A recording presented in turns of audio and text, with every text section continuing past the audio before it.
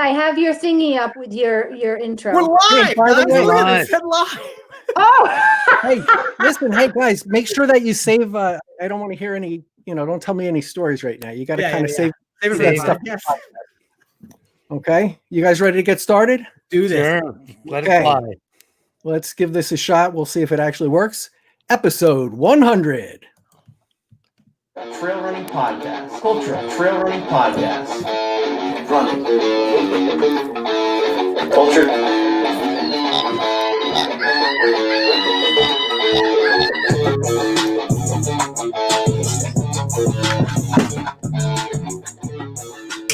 All right.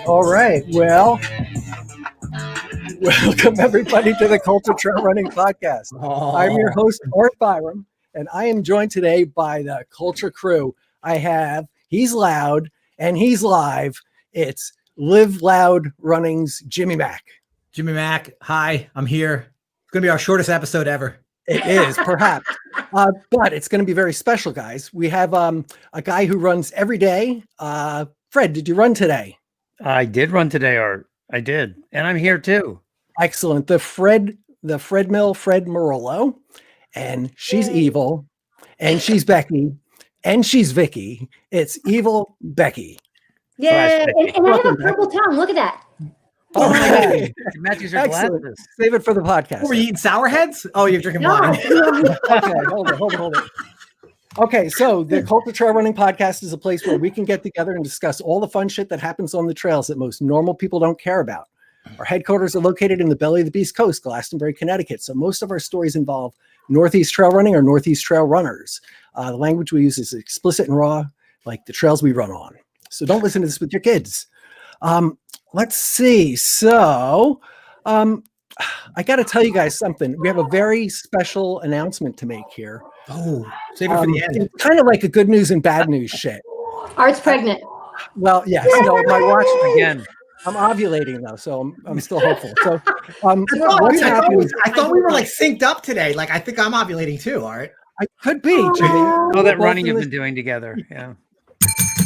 Okay, let's We've hold got it down. 2 minutes, So people. All right. the good news and the bad news. So, okay, you know how we get all this Patreon money Oh my every God. month? The good news is I found a really good use for it, and I spent it all. So I hope you guys don't mind. But Awesome.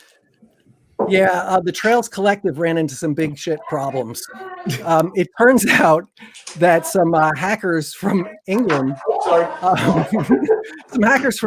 actually got into their computer system and took it over.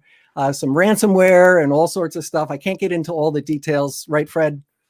Oh, yeah. You don't want to talk about that. I can't talk about it officially, but Is that how we were able to finagle a spot on here?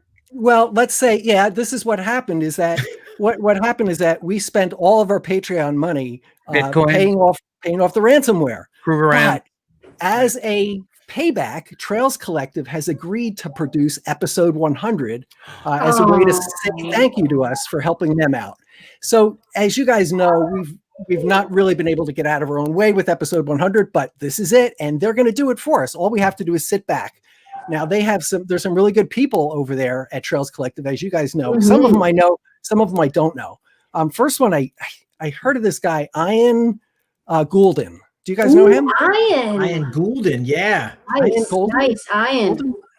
Ian Goulden, yes. Nice. And nice. then L.A. Pell. I don't know. She's Pelly. I think it's Ellie Pelly. Ellie Pelly. Ely Gazelle. Peely. Ely Peely. I think it is Ely Peely. Peel. It is. It could be. It could be. All right, read the that- names right. Come on. No, I know. So the other thing is that they've gotten some big names coming in, or some people who are supposedly big names. I don't really know these people. There's a guy called Mike Warden. Yeah, sounds about I right. saw that movie, Guardians of the Galaxy. Yeah. Okay. Yep. All right. So that should be interesting. I've heard that he might even have won a few races too. here. I heard he's fast-ish. Fast-ish. Ish. Becky could probably take him, right? She's been like, I mean, I on a could, but rampage. I mean, you know. Yeah. We got another one coming up. This one sounds like one of our Patreons almost. It's Amai Ruzecki. Ruzecki? Am I a Ruzecki? Amai Oh my God. Ruzecki. It could be, My So it could be Russian. she's joining, and then we have Big Pappy joining us too. Oh, Ooh, Ortiz nice. come to join us. Ortiz, So, nice. yeah, so I don't know, but here's the good news, guys. It's the New Year's. You basically get the night off because our Patreons have basically bought this episode for us. Thank you. Yeah, so I think we're going to turn it over to Mr. Goulden and Mrs. Pelly. Feeling? Peely. They're going to come in and Peely. they're going to take it over from here. All right. Thank you. So have a happy New Year, guys. Happy New Year, everybody. Happy New Year. And we'll see you all in a mile and a half. Mile and a half. All right. So, Culture Crew, thanks for leading us in here this evening on the first, hopefully, which will be an annual Trails Collective New Year's Eve special. So, for those of you who haven't found your way to Culture yet, they are a pretty outstanding and entertaining crew. And one of the features that we'll have coming up for the Trails Collective in the new year will be state-by-state articles or features into trail running communities. And I know that I believe Scott Livingston has called out all of the other bluffs for other states and saying that Connecticut is going to be, without a doubt, the #1 trail state for trail things in our respective region. So a call out to all of the other states and individuals out there that's coming your way. In any case, Culture, thanks for leading us in here tonight, and Ellie for setting this all up on the back end. Happy New Year. Indeed. So we have a pretty full show. We're going to try to, where we can, keep it to the designated timeline that we had out there. And so the next segment is going to start at 7:40 in just a couple minutes. And that is going to be a variation of Nailed It, which is a baking show that my daughters and wife and me on occasion would watch and be entertained by. And Grace Hot Pants Langheim is going to be recruiting some of her sisters to lead that off. So it's been an exciting year for Trails Collective, getting it off the ground in 2020, looking to just cover trail running from the Virginias north. And whether it be weekly events or trail projects or gear reviews, an event calendar, really just trying to pull it all together and bring us all together. As much as I've gotten out of my bubble intentionally here where I'm based in Ithaca, I've just increasingly come to appreciate just how many beautiful trail running locations and events and communities are really out there. And so it was really my hope to bring us all together to really connect in that regard. And Ellie, if you want to say just a couple words in this opening year. Well, caught me off guard there, but what says America more than Connecticut, like you mentioned? So I'm glad Culture brought us in. That was hilarious.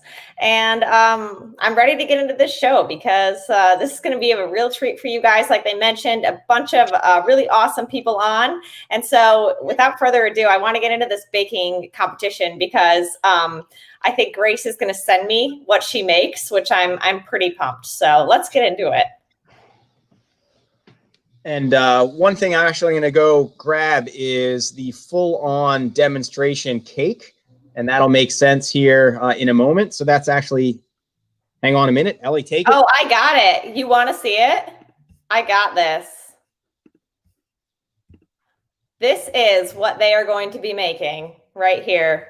I don't know where Ian went, but this is a little bit of what we are going for. This a trail race that looks amazing, kind of like a little bit of like a gingerbread house-esque type of issue, but that is what they are going to go for. Ian, did you make it already? Amy made it in the raw, so the real deal. Oh my goodness! Right there for the consumption.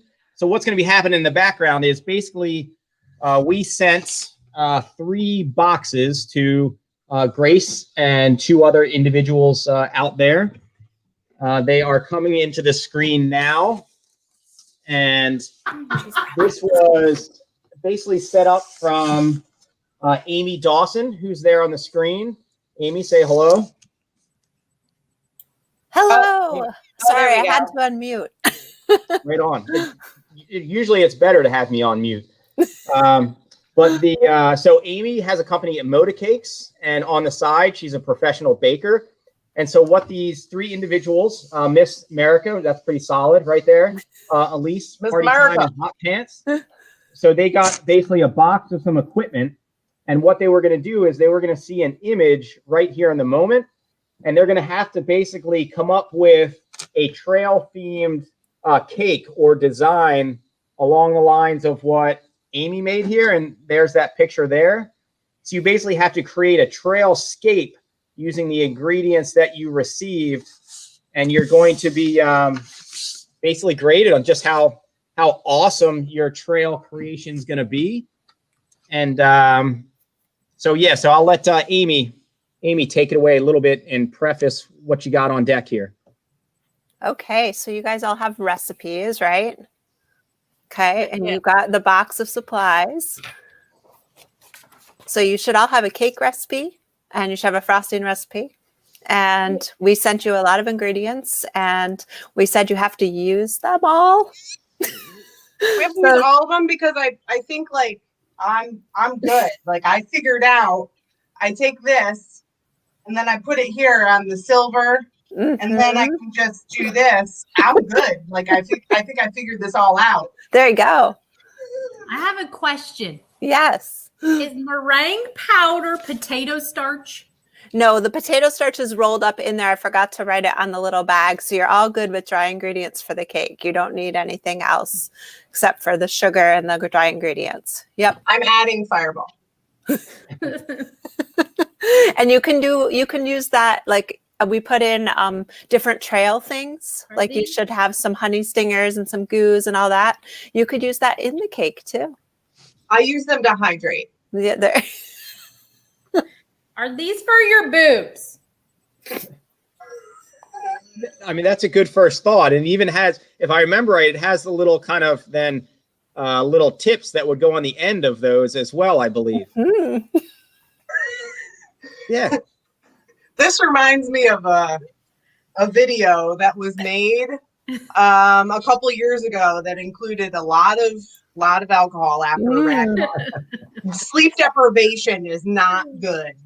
At least it looks like you have a question. You can't hear me? Can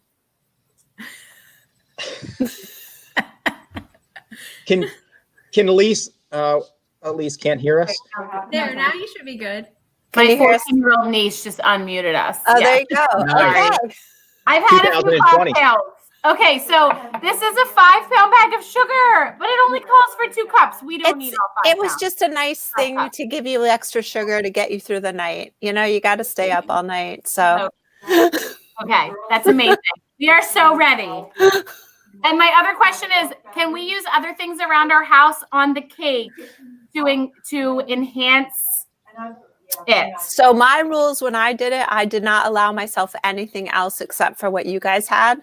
So I'm going to defer to Ian if he wants to open that up or not. I kept myself on a strict, this is what they have, so this is what I have.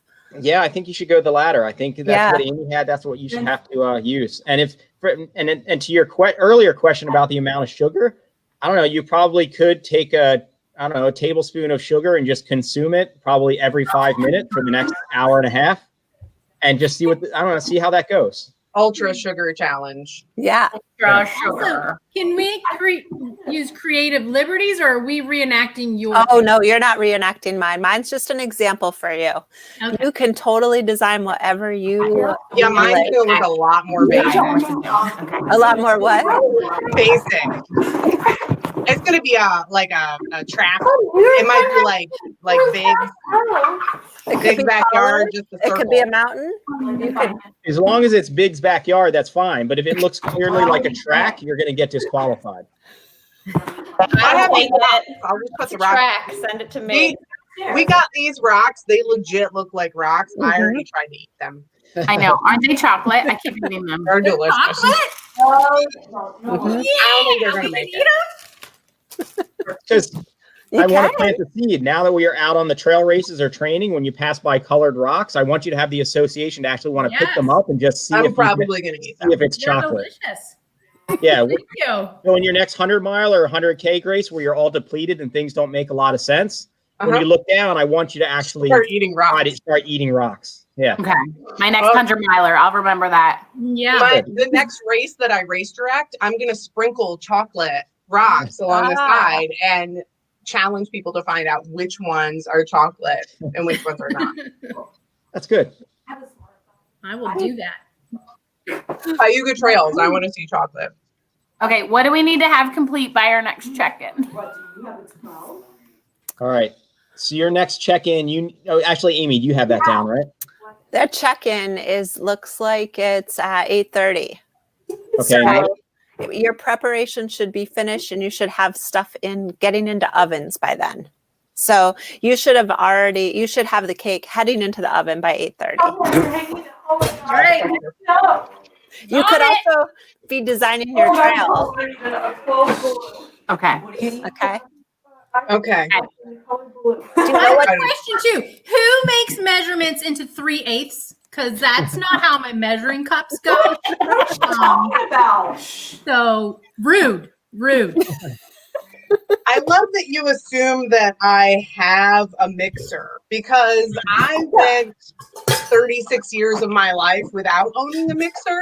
You have one now? And that I understand what meringue powder is. The meringue powder, you just throw it in there. Just throw it in there. I'm throwing all the things together and we'll just see what happens. That's what's going to happen. Sugar, eggs for 1 minute. All right, I got this. You do. Miss America has the mixer as well as an apron on, as opposed to you, Grace, where you're talking about Fireball and not I got a shell in here at all. It'll be impressive if I've gotten anything accomplished by. I'm 7:47. You guys better get going. All right. Yeah. So you guys can hit it. Good luck. Oh my God, I'm so scared. All right. So they are going to be working a bit on the back end, and we will come back to check in on them and see how their progress toward the trail cake creations are coming. So the next segment that we're going to roll into in just a minute or two here, and Ellie can clue us in if there are people ready to go, but it's going to be the Stump the RD segment. And I had reached out to a good friend, Eric Egan. Oh, good friend. Nice one there. Good friend. Is that all right? So Eric, just in case, he's going to introduce maybe others or they will introduce themselves. But Eric has a couple hats in addition to being a savvy educator of our nation's youth. And I think typically he wears the Gone Squatchin' hat, I think. Squatchin', that's how you pronounce it, right? Kim, is it Squatchin'? Squatchin'. Squatchin'. We'll go with there to educate said youth, but he also has a core individual with the Trails Rock community outside of Rochester, which puts on some trail events and really just gets people organized and enjoying the trails and being together out there. And also he and his wife Sheila have a race company called Trail Methods, and so they also put on some events. One that is registration opening tomorrow, which is Many on the Jenny, that sweet shirt that he's sporting right there. Registration opens at midnight, Eric, is that right? That's correct, yep. So here in a few hours. And that's probably going to sell out in short order. Is that the deal? Yeah, that's the deal. So we had some rollovers, so there's not a whole lot of spots left this year from people that chose not to defer. So like it'll probably sell out in a few minutes tonight just because of limited numbers. So that's a pretty beautiful event that runs through Letchworth, and you should all check it out. And what's the date again, Eric, for the race? June 19th. June 19th, 40 miles. And of course, that's pretty personal for Eric. So I thought that he'd be a pretty perfect individual with some RD experience on his own to be leading this segment. It looks like we've got everybody on except waiting on Mr. Dave Walker at this point. Is he in the hopper? Still waiting on Dave. Maybe he's at the end of the world. He could be at World's End. I can always, step in for him. I got this. At this point. But otherwise, we can get into it, and he will get in when he gets in here. And otherwise, Eric, I will. It's all you. All right, sounds good. So as Ian had mentioned, being an educator, I try to plan our time out like I would if I was in front of a classroom full of students so that things flowed smoothly. But he already took a bunch of my time by introducing some of the things that I would have introduced about myself. So You have to be adaptable, buddy. That's what happens. It's almost like teaching on Zoom from home, which is really fun. So we should be fine doing this this setup like this today. So we have a great group of race directors with us. We're going to try to stump them a little bit. We're going to try to get them to answer some random questions. There's going to be some things that they don't know the answers to because we don't know the answers because all of the answers are completely arbitrary. And the correct answer was selected by random.org earlier today. So we will keep score and see who comes out at the end with the win. And then from what I'm told, Ian's going to give like it's like $1,000 gift card to the store to use for your race swag or something like that. No, is that no? That's not right. I don't know where I heard that. So here's what we've got. We've got 5 race directors. I'd like you guys to take 1 minute, introduce yourselves. I'll go through. I'll call you out. Go ahead and tell us about who you are, where you're from, what you're doing, and why do you think you are here today. We're going to go ahead and start with Trent Swanson of the Algonquin Trail Racing out of Maryland. Trent, get 1 minute. Go ahead. Hey, Eric. Hey, everybody. I'm Trent from Algonquin Ultras. We put on the Algonquin 50K. It's a very miserable race. I discourage anyone from trying it. A lot of blood, a lot of mud, a lot of briars, a lot of sand. It's not your New York style race. We also put on a very beautiful race, Tuckahoe 25K, opens up tomorrow. I'm from Maryland. The Tuckahoe 25K will probably take like 3 or 4 months to sell out, so take your time. Don't even think about that. And the Naylor Mill 7K, Bacon versus Scrapple. Bacon has won 3 years and Scrapple 1 year. So anyway, I love race directing. It's kind of a hobby. I like smashing people's mugs that don't finish races and disqualifying people, making them feel pretty good about themselves and bad as well. I'm a father and a husband, got 3 kids. And do you smash their stuff too? Not too much. And a little hashtag, I work for Pfizer, so I'm pretty excited about that as well. And we got a vaccine. All right. So let's get the vaccine out so we can have more races. That's it. Awesome. Yeah, you nailed it. That was good. I want 10 more seconds for my one of my answers. So okay, we'll figure that out. I went 50 seconds. All right. Our next race director to introduce is Adam Cassidy out of the West Virginia Mountain Runners. Adam, go ahead. You've got 1 minute. Well, I don't think I even need a whole minute. I'm not that interesting. I'm Adam Cassidy. I'm from Elkins, West Virginia. I'm the president of the West Virginia Mountain Trail Runners and race director of the Highlands Sky 40-mile trail run and the West Virginia Trilogy. That's me in a nutshell. See, told you it wouldn't take a minute. Well, so that's not a problem because we can easily fill time. But what we're going to do is we can possibly pass that time on to other people who actually have important things to say. We're going to go on to Kim Levinsky of the SAS Squad Running out of New Jersey. Kim. Awesome. Hey guys, my name is Kim Levinsky. I'm the owner race director for SAS Squad Trail Running in New Jersey. Thank you guys, Trails Collective, for having me on with these awesome other RDs. SAS Squad Trail Running, every run is a trail party. That's our motto. We are a community who welcomes runners and hikers of all ages and paces to our events. So we put on races all around the state of New Jersey. We got about one every month. We love having families come out to squatch with us. We specifically are focused on getting more women out on the trails. This last year, we had 56% women at our races, and we're super proud about that. It's well above the national average.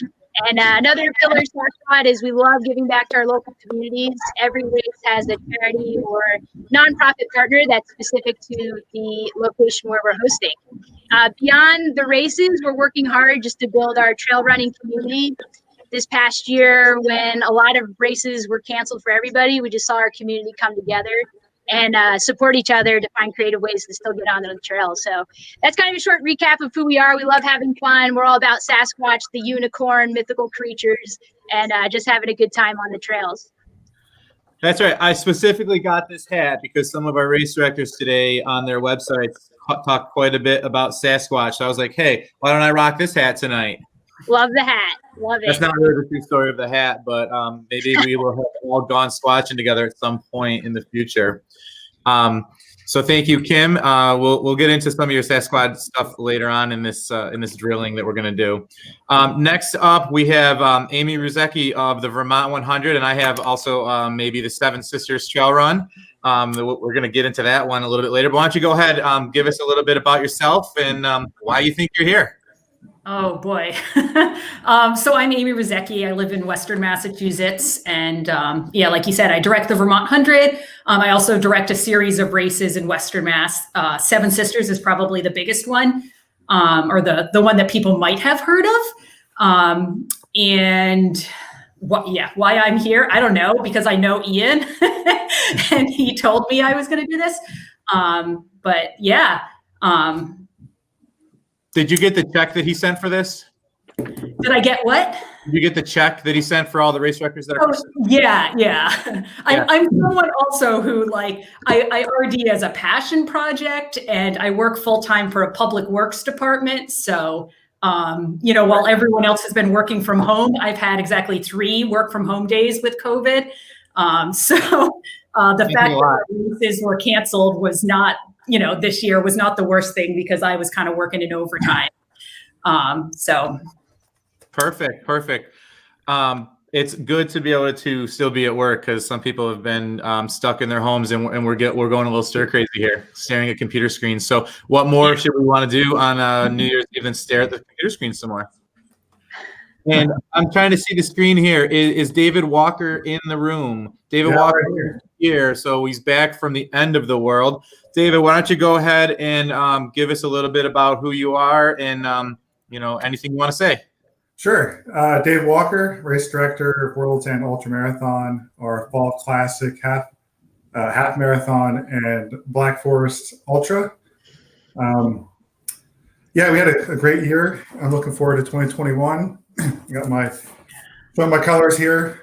So today I have to tell you guys, I've spent approximately 6 hours making sushi, and then I've played for the last hour and a half laser tag with 12 kids. So my New Year's Eve has been fantastic. That's awesome. I almost forgot to hop on here. I was like, oh shit. Sorry, kids, I'll be right back. I gotta go.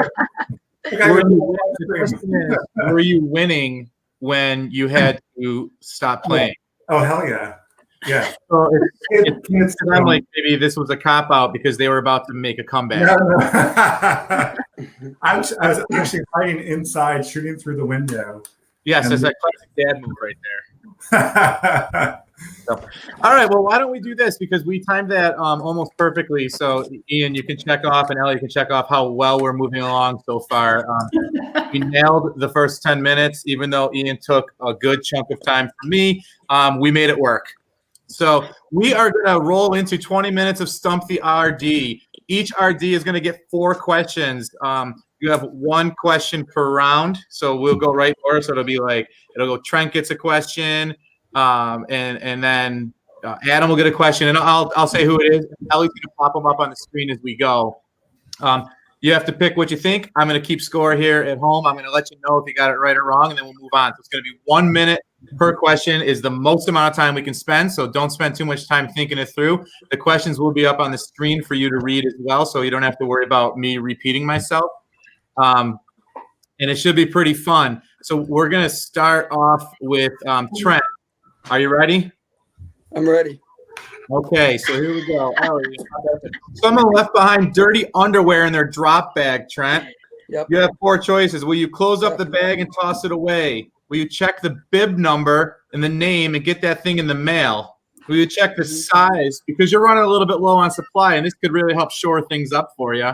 Or are you going to wrap those things up for the holidays next year? It's better than coal.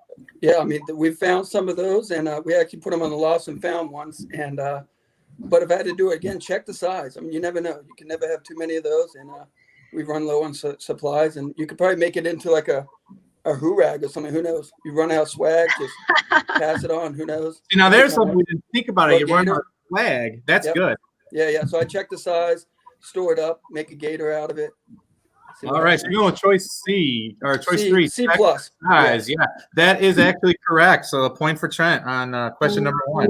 Yes. Way to go.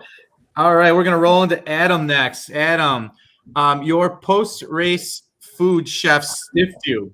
What do? You order way too many pizzas that no one will eat. You get your mom and dad and the rest of your extended family on the horn and demand that they help you cook now. You explain to the runners that you will mail the post-race meal to them in memory of all of our virtual events. Or will you assemble the aid station overages very quickly and attribute it to being intentionally? Well, this is a great question. Directing races I know. in the rural state of West Virginia, it's pretty easy to get stiffed on food because there's usually only one option. So, wow.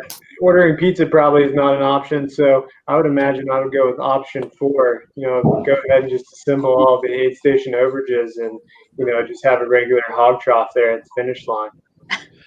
Now, that would have been the answer that I would have gone with, of course, but random.org disagrees with you, and the answer is C. We're going to mail those suckers out and say, sorry, COVID was in the way. So, Adam, no points in round 1, but we're going to move on, all right? So, Amy, you're up. So, the Vermont 100 and Seven Sisters, what you direct. Vermont 100 combines runners with horses. This is important because runners evolved from horses. Horses evolved from runners. This is the last combined runner-rider event in the world. Or at night, horses only run on 2 feet, but when you shine a light on the top of them, they drop to all 4s. Oh boy. There is an actual race. I mean, in reality, I will brag about the fact that we are the last, runner and horse event together. Yeah, I like the other answers, but I guess not being funny, but we're kind of proud of number 3 being the answer here. That's right. That is the answer that random.org picked. So they actually got that right. No. 100 is the last combined runner-rider event in the world. That is a really cool selling point for that race. And people should check that out, that you get to run alongside folks that are going to be riding on horses. If that is cool to you, look at it. If that's intimidating, let's face those fears. Awesome. All right, we're going to move on. Kim, here we go, from Sasquatch Trail Running. We know Sasquatch is real because 1, the runners have told us. 2, hello, have you seen the videos and photos? 3, where else would all of your sass come from? And 4, if it's on the internet, it's true. Al Gore told us that. Man, I can only pick one answer. You can only take one answer. That's right. And I don't know if it's going to be the right one. You know what? I'm going to go with 1 because, funny story, at a race in October, runners were coming back to the aid station and telling us Sasquatch is out in the woods. We saw him, and there usually are jokes like that. I said, yeah, and they're like, no, he's really there. And I come to find out after the race, there was somebody who dressed up as, well, it could have been really Sasquatch, but Sasquatch was at the race. So I'm gonna have to go with 1. Runners have told us. Oh, sorry, that's not right. It's all about that sass. All about that sass. So, we really like sass up here in New York. All right. I respect I don't know that. about you Jersey people. Yeah, we're on another level of sass. That's right. All right, we're gonna sass on out of here and check out David Walker's from World's End. So a runner emails you, David, and he asks what is the best footwear for your race. You tell him the shoe with the most possible cushion. You say that's ridiculous. Sriracha sandals are the way to go because you were born to run. So you say whatever the most gimmick being offered by Nike is. Or you can't answer this, so you send them to Ian at Finger Lakes Running for a shoe fitting options and product placement plug. Oh boy, this is tough. That's the idea. I'm a minimal runner, so whether it's the worst rocks or the smoothest trail, I rather run in my bare feet than put cushion on my feet. So definitely one's out. I have a friend who used to work for Nike. I'd be giving him some props if I said, push Nike here. But I really can't because I'm just, their shoes just don't fit for me. I love Ian, but I mean, I'm going to have to go with answer 2. And this is not intimidation, but it's the right answer, right? So here's the thing. That answer starts with the phrase, "That's ridiculous," and that's what we're going to stick with because the correct answer is number 4. We got to get people in shop. We're going as we go here. Random.org is telling me what the answers are. All right, Trent, we're going to pop back up to you because we got to stay on track and on time here, all right? All right, we got another email from our runners here. They email you and they ask you if trail running is more dangerous than road running. So you explain to them how insane drivers are and that there won't be any drivers on your course. You tell them that hunting season doesn't even open until next week, but they could wear orange anyway. 3, you remind them they signed a waiver, and you don't even need to respond because they signed a waiver. Or 4, you tell them if they're fast enough, it won't matter. Oh, man, these are all pretty good. All my emails go to my spam box. I never respond, so this is interesting. That's ideal. Yeah, I forward them all to someone else, the last person that answered. Yep, they're not fast enough. Hunting season doesn't open 2 and 4. You're going with 2 and 4. No, I'm going with 2 because I like orange. Crush your orange for the Tuckahoe 25K. I'm going with 2, which is B. All in. I'm gonna give you the answer because the Trails Rock colors are also orange, and I don't care what the answer really was. We're gonna agree on that one, so you're gonna get your points for question number 2. Yes, hunting for the win, sort of. That's right. Feel like We're gonna move on to Adam. Okay, Adam, you ready for this one?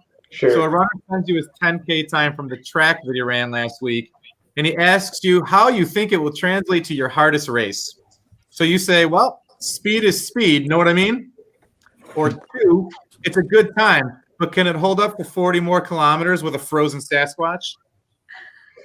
3, you ask the runner if the track they ran on was single, and you wink at him. Or 4, you explain that trail running can be pretty competitive. Just come out, have fun, and see how it goes. Oh, man. That's actually a fairly legit question. We've all had questions like that.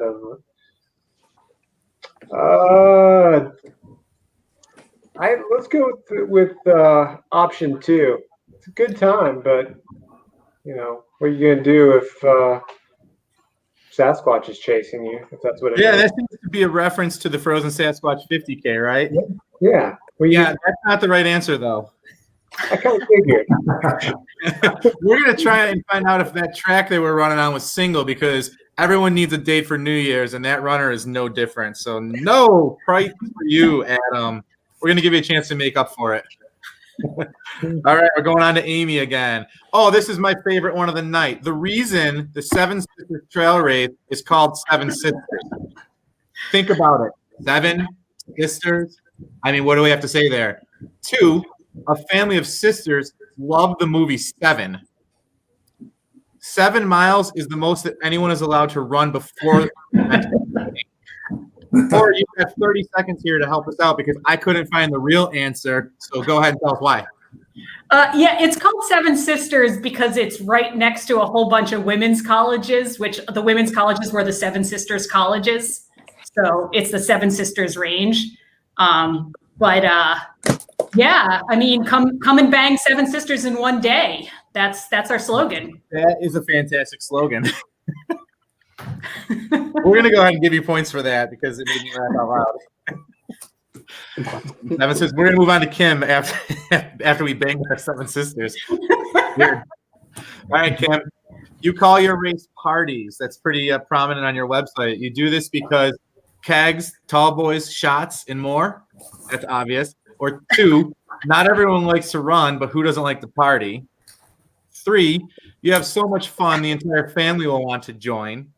Or 4, it's a New Jersey thing you wouldn't understand. Man, again, it's hard to just pick one. I'll probably go with number 2. You know, we've had multiple runners who've worn T-shirts that say "I hate running," and I love seeing that when they come to races, sign up for ultras. So let's go with number 2. Oh man, unfortunately, random.org has picked number 3, which is okay though, because it brings us to something that I found on your website. That is, you guys encourage families to come out, and you actually give a discount if a family comes out and all registers for your race. And I thought that was pretty cool and something that we could highlight tonight, because we need to try to get some younger people into the sport, and that's pretty neat. So, yeah. You don't get any points for that. You know, you got the question wrong, but it's pretty cool.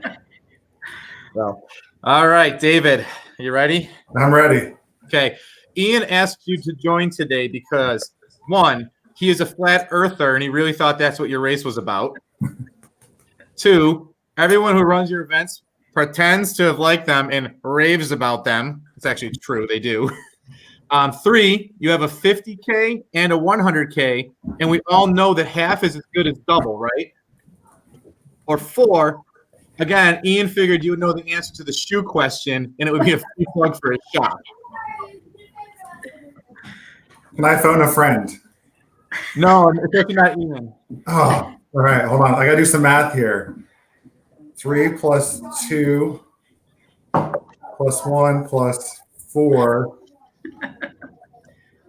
plus B. Carry the 1. Carry the 1 divided by 6. Right. The answer is 3. So you have a 50K and a 100K, and we all know that half is as good as double. Yes. Right? Yes, correct. I don't know. I wrote that. I don't know what it means, but we know the answer is that you need to get people into Ian's store. Jeez, guys, I thought these were simple. You sell shoes? Is that what he does? No points for question number 2 for David. Sorry about that. All right, we're back up to the top then. Going back to Trent. Trent, you have a 50K course. We know that because I looked at your website. You talked about it earlier this evening as well. A veteran road runner finished and immediately complained that his GPS showed 54 kilometers. True. Smile, hand the runner a drink, and walk away. 2, you argue that your course was measured and remeasured and measured again. 3, you explain that trail races are all ish and they should enjoy the more miles per dollar rate that they got. Or 4, you thank them for the feedback and log it in your complaints journal. And those are all good. We think our races are like scoops of ice cream. We always add a little extra on there. And we do it in the States, so we're not very good with Ks and kilometers and everything. So we usually just hand them a drink and walk away, probably. Hand them a drink and smile. walk away. That's and the send them answer. a thank you note for their nice feedback. Yeah. What are you going with? You going with a hand a drink and walk away? Yeah, well, I mean, they know that's an ish. I mean, I don't think we measure our races the same way David does his math on here, pretty much the same way. So we're not sure. I don't think we've ever measured a race at all. Yeah, you just sort of guesstimate. Well, we didn't even know what 50K meant when we started the race. We just put it on there. That's a good way of doing it. I should start doing things that I don't know what is. I don't even know what a 50K is anyway. So yeah, well, it's less than 54, I think. But you got the answer right. So congratulations. What? Yeah. All right. We're going to move on to Adam, who has yet to earn himself a point. Come on, Adam. Let's do this. Oh, I got this one. I already know the answer. The Indiana Jones, Star Wars, and we're not even going to argue about which 3 because you know the answer. The West Virginia trilogy, or sneaky one here, the Toy Story trilogy. Which one is the best trilogy? Oh, that's easy. The West Virginia trilogy is a great trilogy, but it pales in comparison to Star Wars. So that is that is correct. And you have 10 seconds to tell us about the West Virginia trilogy. Go. The West Virginia trilogy is a 3-day stage race at the highest point in our state. It's called Spruce Knob, and it's 50K day 1, followed by 50 miles day 2, and then a half marathon on day 3. And it's really a great race that really showcases the camaraderie of our sport. It is competition, but camaraderie in the fellowship of the event is what it's all about. So sounds awesome. Maybe I'll come down. I have climbed that mountain. Yeah, and actually, my wife almost died because as she was stepping off of a rock, she stepped right on the head of a copperhead snake. Wow. Yeah, could have been bad if she was like 3 inches either direction. So that sounds fun. We're gonna move on to the next question, though. The West Virginia Trilogy is in the future. Amy, we're up. Ready? Okay. Well, good to go. So the Vermont 100, the race is in the Green Mountains in Vermont because, one, green is the color of money, and as we talked about earlier, all race directors are rolling in it. 2, the mountains are green even in the winter, but even more in the summer. 3, this is a great first 100 for people trying to try out the distance, aka those green runners. Or who cares? We didn't name the mountains. I see. Yeah. I got a vote for 4 and a vote for 5, apparently. Oh gosh. Yeah. If I were rolling in money, I wouldn't need to have a real job. I would say that. Yeah. I didn't name the mountains. I don't know. They were named a few years before I was born. So I guess we'll go with 4. You're gonna go with 4. Who cares? Yeah. Whatever. Oh, see. You know what I'm saying? Because, we do the whole like cupless screen sort of thing, but. Yeah, so this is a great chance to really sell your 100-miler to those first-time runners. And the correct answer was 3 for those green runners out there. But if anybody's looking at a good race to get into a 100-miler, it sounds like a good one to me. So correct answer was 3. Gotcha. All right, Kim, here we go. I know a lot of people like this. When it comes to parties, they like to come fashionably late. So a runner shows up late to one of your parties. You, 1, send them on the course, but tell them to hurry. 2, you remind them the course cutoffs are still the same. The party has to end before mom gets home. 3, bib, water, good attitude, off they go, no worries. Or 4, this is a party. There ain't no rules. All right, we have some rules, so choose one of the other options. All right, so I'll start with number 4, and then that means I need another one. So, I mean, it happens every race. Oh, DQ? Oh, that's mean. Usually what happens is this probably happens to you guys, they're running 50 miles an hour from their car. They're like, I'm here. They grab the bib and then they run. So it's usually just number 1 where I'm like, okay, see ya. And they take off. Is that what you're going with? We're going with number 1. It's funny because 1 and 3 were pretty much the exact same answer, and you chose 1, but the answer is 3. Oh, okay. I mean, you're also sweet tonight. I'm losing. We'll have a chance to make that back up with some props later. All right, David, are you ready? I'm always ready. Okay. A runner emails you with some snarky advice for your event. That happens every week. You respectfully thank them for the advice. 2, you tell them that the event that they are planning sounds awesome and ask when it is. 3, you put their question on Ultra Sign Up Race Director's Facebook page so that we can all laugh at the runner. 4, you actually consider the request because even though you get 3,000 of these, sometimes you get a good one. I'm gonna have to say all my runners that come to my races are not snarky. They're just fantastic. They're the best runners out there. I don't know Are they watching? Is that what you think about? No, Dave.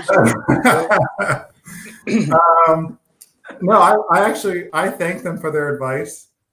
Sometimes their advice may sound snarky, but usually there is some kind of truth in it. And so it's good to listen to them, even if they're complete assholes. But yeah, I'm gonna go with 1. You're gonna go with 1. Yeah. All right, that is not correct. Sorry. We're gonna go ahead and put that on Facebook because we're gonna return snark with snark. Okay, that's what random. That's what we're gonna do. All right, we're gonna pop back up top here. Trent. Snorks in. All right. Your website talks about epic races for epic trail runners. Is this because your runners will, 1, run as long as the Epic of Gilgamesh, crazy weird book. 2, go on an Odyssey, another great written epic. 3, realize halfway into the race, as Milton states, that paradise is lost.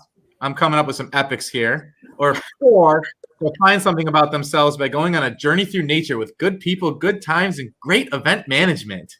Yeah. Well, we outsourced that tagline right there. Paid good money for that one, I think. Yeah. Epic races for epic trail races. I think we gave Jeff Rogers a Red Bull to actually come up with that. But but there's nothing more than a runner going on a journey through nature with good people, good times, and great event management. And that's why I recommend the other race directors here in their events. Definitely go to those. But it's got to be 4, and we're just aspiring to get to one of those places with epicness. Yeah, it's odd that you nailed that because you're trying to still get there, but random.org agrees with you. So random. That's why people are so epic, because they're, I guess, going to find something about themselves when they go into the woods. Yep. Well, they usually get lost on our races. We don't mark anything either. We don't measure it. So. Are you sure you're a race director? I'm just trying to get. I'm trying to get entries from all these other race directors. So. All right. Well, Trent, you ended up with 3 points so far, so not too shabby. We're gonna go on to Adam. We're gonna talk a little bit about the Highlands Sky 40 miler. It's a great race because one, Monongahela is fun to say, but more fun to run. Dolly Sods is just as fun of a name of a place to run for.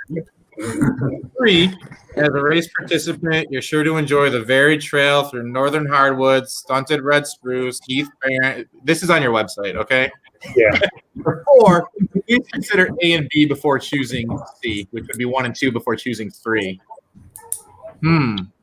Well, Monongahela definitely is fun to say, as is Dolly Sods. I'm going to have to go with 4. You're going to go with 4? Sure, why not? Please consider A and B before choosing C. Yeah, just as illogical as anything. It's great. That would make a lot of sense if we were using any kind of logic today at all. We pulled something from your website, and the internet kind of liked it. So that quote that's there at number 3, that's the correct answer tonight.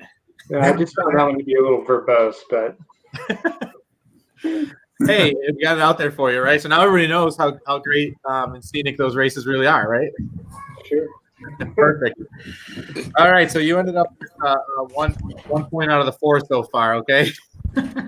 We're doing, I can't control any of this because I didn't pick the answers. Amy. Par for the course, 2020. There you go. All right, Amy, you ready? Good to go. A runner wants to switch at mile 50 and ride a horse because they're tired. You 1, offer to let them run like a horse on all 4s. You 2, just make sure they're not dehydrated. 3, let them, if they can get a horse to speak their name, aka Mr. Ed, or just DQ them. It's all or nothing, pal. I like the throwback to number 2, like the old, because we were probably the last race in all of these races that actually still like weighed runners in. So I like the throwback to that. I think they got to do something like getting the horse to talk like Mr. Ed in order for me to consider letting them switch to the horses. So I guess I'll go with number 3. Yeah, that is the correct answer. And I would think that if a person could get a horse on that course to say the runner's name, they deserve to ride that horse home. Exactly. So it really means that number 4 is going to happen, but Right. So, all right, Amy, you ended up with, we're at 3 points so far for you as we rock through this. We're going to move on to Kim next. So how are we doing here? Kim, we all know that you're creating something fun for your next event because of these party themes. So 1, it will be one of those 5K marathons. 2, the backwards 30, where the runners have to run every step backwards. 3, the twirly whirly 50K, which will have dizzy bat races at all the aid stations. Or 4, a party. The answer is always a party, no matter the theme with your races. Well, we actually already have a 5K marathon in February. It's our onesie race called the 5K marathon. So I can't pick one. Number 3 is actually a good idea. So I'm gonna pencil that away. But let's go with 4. Do I get 1 point? At least 1 point? We'll have to go look. Yes, the party. The answer is always a party, no matter the theme. You got a point there. All right, good. I do like that number 3, twirly whirly. That would be. We're gonna have to write that down. I just trademarked that. Sorry. All right, David, you ready? Always. Okay, so World's End is not actually at the end of the world, but 1 is one of the toughest and most scenic 100Ks in the country. 2 has 5% not single track for those roadies out there, but 95% single track for everyone else. Doesn't even have 13,000 feet of climbing. Not even 13,000. Just kidding, it's hard. 4, it's a single loop course, which we all know means like Dory. You just got to keep swimming. All right, so I got a minute, so I'm gonna take my whole minute here. I gotta go back to our last question. I just got a whole bunch of text that said, your staff is mostly snarky a-holes. So what kind of question is that? I was all like, you're right, most of my staff are snarky a-holes. So anyhow, I don't know, do I draw like snarky stuff to me? I'm not quite sure. So since A, B, C, and D are all true, I'm going to have to go with E. Which is what? Let me look here, because you're going with E, but there's numbers here. No, I'm just going to take the point away from you because of what you just did. I can't even give you a point for that. All right, I'll go with 1. Okay, that's still wrong. We didn't have an answer for this one, so. Oh, I'm losing horribly. Yeah, we're gonna stick you with 1 point. You and Adam are tied, and then I've got looks like I've got Trent and Amy. Oh, you're also tied with Kim. She got a point there, but I got Trent and Amy are tied. So I wonder if we got a tiebreaker. What should we do here to try and figure out who wins this event? Will we, 1, go with your ultra sign up ranking? And this is for Amy and Trent. Yes! 2, your high school mile time that you clearly can't back up with any kind of proof. 3, the fastest finisher for any event you hosted, regardless of the distance. Or 4, who cares? This was for the fans. Does anybody have a coin we can toss? I don't know. What did random.com say for this? You guys, you have like 10 seconds because we're running over here because we're having so much fun. I'm picking Amy for the win. Oh, so we're picking Amy for the win. Amy for the win then. He just wants a spot in my race. Allie, do we have one more question that Amy can answer or no? Okay, here's the real tiebreaker. Oh. Allie said we can't put this, but you know, so you marked the course with the same color flags as some other things that happened during your race and people got lost. You call them idiots. You don't take any responsibility. You tell them the map was on the website. You emailed it to them and reminded them. 3, you gave everybody a time penalty. You made it arbitrary. You picked the winner. Or 4, you did a 100-meter sprint in the parking lot of all the top 10 finishers. There's no you don't have to answer this. I just want to throw that on there because it's New Year's Eve and we start fresh next year. I have marked a course in the same color as wetland flagging. Yep. And so I actually did have people start to follow wetland flagging as opposed to my course markers. I had that issue before as well. True story. I think it's a common race director mistake. So, all right. It looks like Amy is going to get the win there. I don't know what that means. So, Ian's really in charge of this. If I had my choice, I was going to give it to Adam because he's got all those numbers behind him, and numbers were what was really helping us get through this today. Hey, Eric, can I give my second place to David, please? Because I'd like to do. I'd like to be on Snark's end. You can give whatever places you want to whoever you want because this isn't my event, so it doesn't matter to me. Okay, good. I'm giving. I'll take whatever you give me. Hey, thanks so much for participating, guys. I had fun. Thank you. That was awesome. Thank you for having us. Yeah. Thanks. And looking forward to all of your events. Hopefully, running one from all of you at some point here in this next year or two. So thanks for joining us tonight. And Trent will send as many prompt entries your way clearly as we can get. I give you one of Dave's, but I'm on the wait list. I can't help you there. I'm kind of bummed. I already signed up for yours. What's up? If they didn't win, you're getting on the call. I'm sorry. All right. All right. So we will catch you next round. Thanks everybody for playing. Thank you. Thank you. Take care. All right, it's just us, guys. That was fun. So where's the serious feedback coming from? Pete. Hello. Hello. It was Pete. All right, Pete, you're just populating some of these award categories I was checking out. Do you want to go through what you had set up for the various categories and go through some winners? Yep. So we're awarding some prizes to the winners of our Instagram photo contest, who you can see on the screen right now. Some of the categories include Frostiest beard and or eyelashes, most festive sweater or outfit, and most reflective outfit. And the best one was least amount of clothing for a run under 30 degrees Fahrenheit. So I got together with Ian and Ellie yesterday to go through all of the submissions.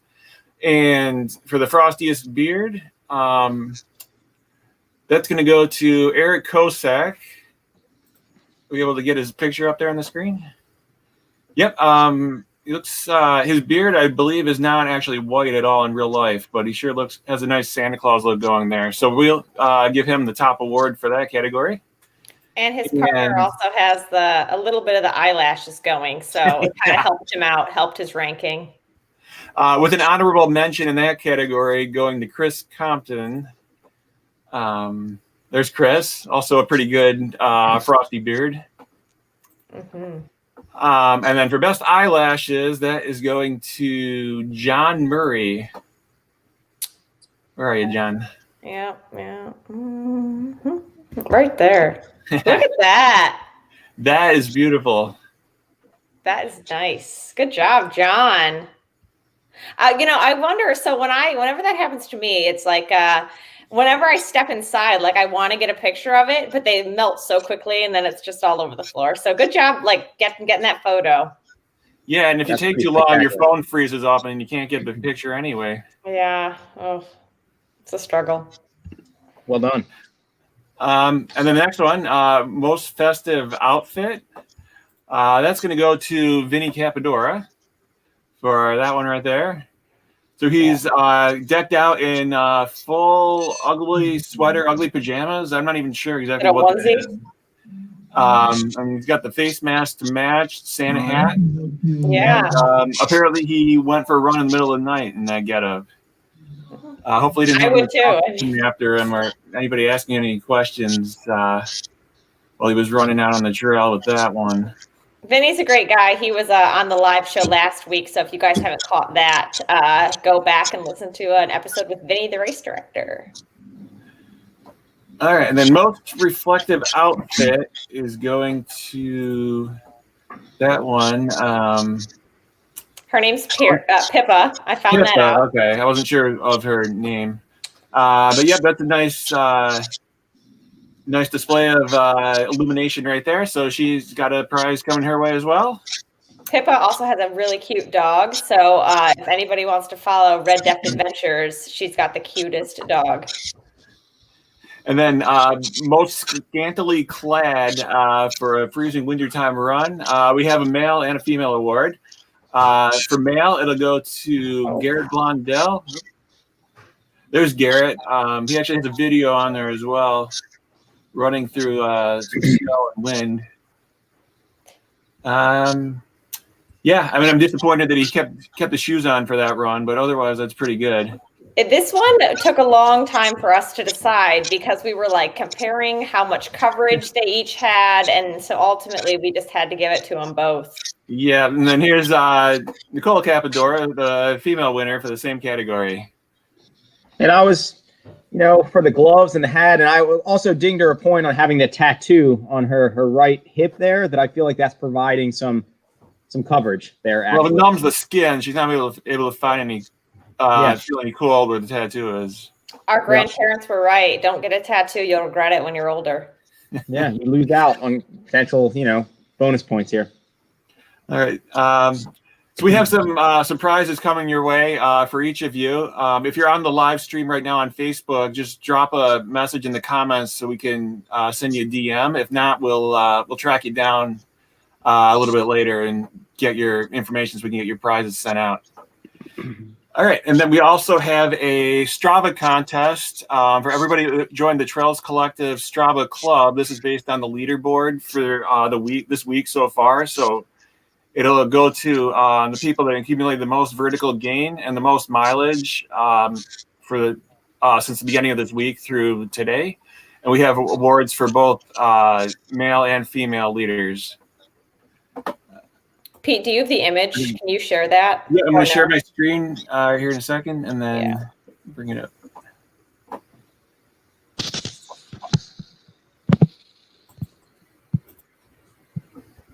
So we'll start with the most vertical. Jim Blanford led all runners so far this week with over 10,000 feet of gain. He jumped into the lead yesterday to overtake Jay for the win. I know Jim seems to lead this category every single week after week. And last week he had over 25,000 feet of gain then. And this week, only 4 days into the week, he's already got over 10,000. Maybe he's participating in that I Run Far vertical gain challenge. For those of you who haven't followed Jim, he's just been on a tear all year out. I think it's for himself. He can, if you're watching, comment on the comment section here, but I think it's like 1 million. I think he hit 1 million a couple weeks ago. He did, yeah. And now he's at like 1 million, whatever, like 50,000 or something like that on the year, which is just absolutely insane. He's going to be on the live show in a couple weeks, everybody. So get ready and take some questions. It's going to be a good show. We should have a live show in the interview, maybe while he's doing some of the ascents or maybe the hill workout. Oh yeah, that's a good idea. And I don't think he ever does any of these on a treadmill either. It's always outdoors. A treadmill vertical challenge sounds terrible. Okay. Next. All right. And then our women's winner for most vertical is Carrie Johnson from Pennsylvania. She has just under 8,000 feet of vertical according to Strava. So, Carrie, we got something coming your way as well. And then on to total mileage. Carrie Johnson is also our overall leader in mileage with about 60.9 miles. But we're going to go down to the next women just to avoid duplicating prizes here. So that would scroll all the way down to Heather Hort from New York with about 40 miles. And then our men's winner, second overall, is Christian Dockham from Fairfield, Connecticut, with 56.8 miles. So again, if any of you that are announced here as winners are in the Facebook chat room, just drop a message there, and we'll contact you to get your mailing information so we can get a prize package in the mail for you. Right on. All right. Well, thanks, Pete, for setting that up, and thanks everybody for joining some of those groups and for getting the stats up there. And for those of you who are doing the photo challenges, nice work. All right, thank you. All right, next we have a baking check-in. We're going to see how our ladies are doing. So we got Amy, Elise, Miss America. How are you guys doing? We're waiting for You're tricky. All right, you ready? Here we go. There's no mention of vanilla adding to the cake. So What? I added that a little bit later. That's okay. Sorry. And then I wasn't good at measuring the powdered sugar, so I don't know. We'll see. Well, that was Chad that got with it. It's gonna be delicious, right? Okay, wait. The powdered sugar was for what? The icing. Oh, good. Okay. I was like, you didn't put it in the cake, did you? My timer just went off. I think the cake's done. Cake's done. Drink number 2. What Elise, I like the flower on the cheek. That's good. That shows that I'm working hard, right? It does. For sure. This is very stressful. This reminds me of both of my DNFs at World's End 100K. Like, I went into both of them feeling really great. I'm gonna have an awesome time. I'm totally prepared for this. And halfway through, I'm like, what am I doing? Why did I think I could do this? And it's pretty, like, it kind of looks pretty, but this isn't going to end well. I don't think it's going to end well. And yeah, it didn't. Can you smell it? That looks beautiful. Can you smell the deliciousness? So good. So good in my house. Really good. So good. I ate a lot of this already. It was very good.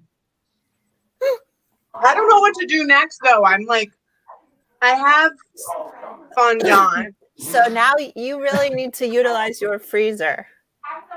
So that, because then you can rapid cool all this stuff so that you can use it.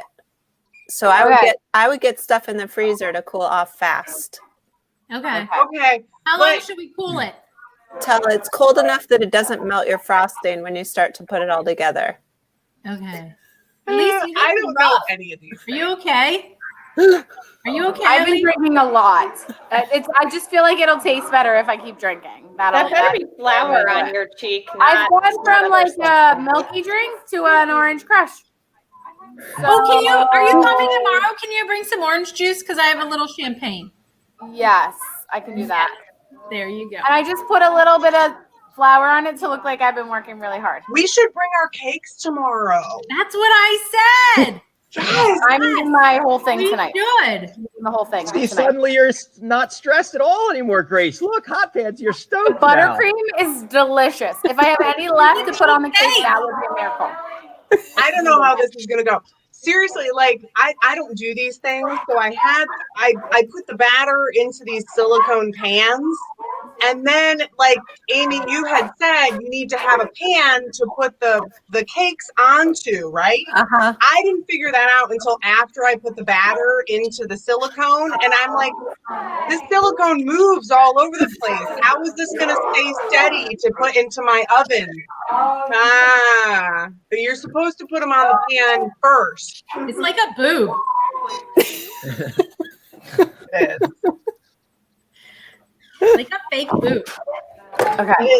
So are you guys ready? We gotta move on to the next segment. You guys ready to decorate? Can we check in when we're doing the judging? So, Amy, do you have any other? I was going to say my tips would be to start like coloring your frosting, have everything ready to go. How do I color frosting? You didn't tell me any of these things. So you got that food coloring, right? The whole package of food colors? Yeah. So you just have to drip some bits into your frosting to color it, whatever you want to color it. Holy Moses. So lots of little bowls and spoons. As the night goes on, Amy and Ellie are looking more and more like twins. I'm just going to say it. So, like, are you guys the same person? I wish. I'm going to keep drinking and hope that this comes out. All right. Next time we check in, we're going to have them reverse names and just, see how that goes. Ian, if you start to look like Mine's about trickery. are in trouble. And instructions. All right, good luck, ladies. Coloring on the fondant before I roll it, or after You would put it on before, or you could put it on after and like paint it on. That could be fun. Oh my God, I'm scared. Fondant. Is that how I say it? Fondant. We'll see you in it. We'll see you That's at the the end fancy of way the to show. say it. Yeah. I'm gonna try. I don't do fondant. You do now. That was great. All right. So what's next, Ian? All right. So next up, we have the. Let me get back to the timeline here. So this is the wait, don't tell me. Is that where we're at this point? I think that's where we're at. We're This not is too far gonna off. be fun. All right, so we are now, and if they are in the queue, we are going to pull in Matt Lipsy and Zach Miller. Yes. Oh yes. my. That's that's good. That looks about right. At least the Wi-Fi is working. He said they're doing this from a van. That's a very ornate van. Zach's got a big van, clearly. I was like, Yeah.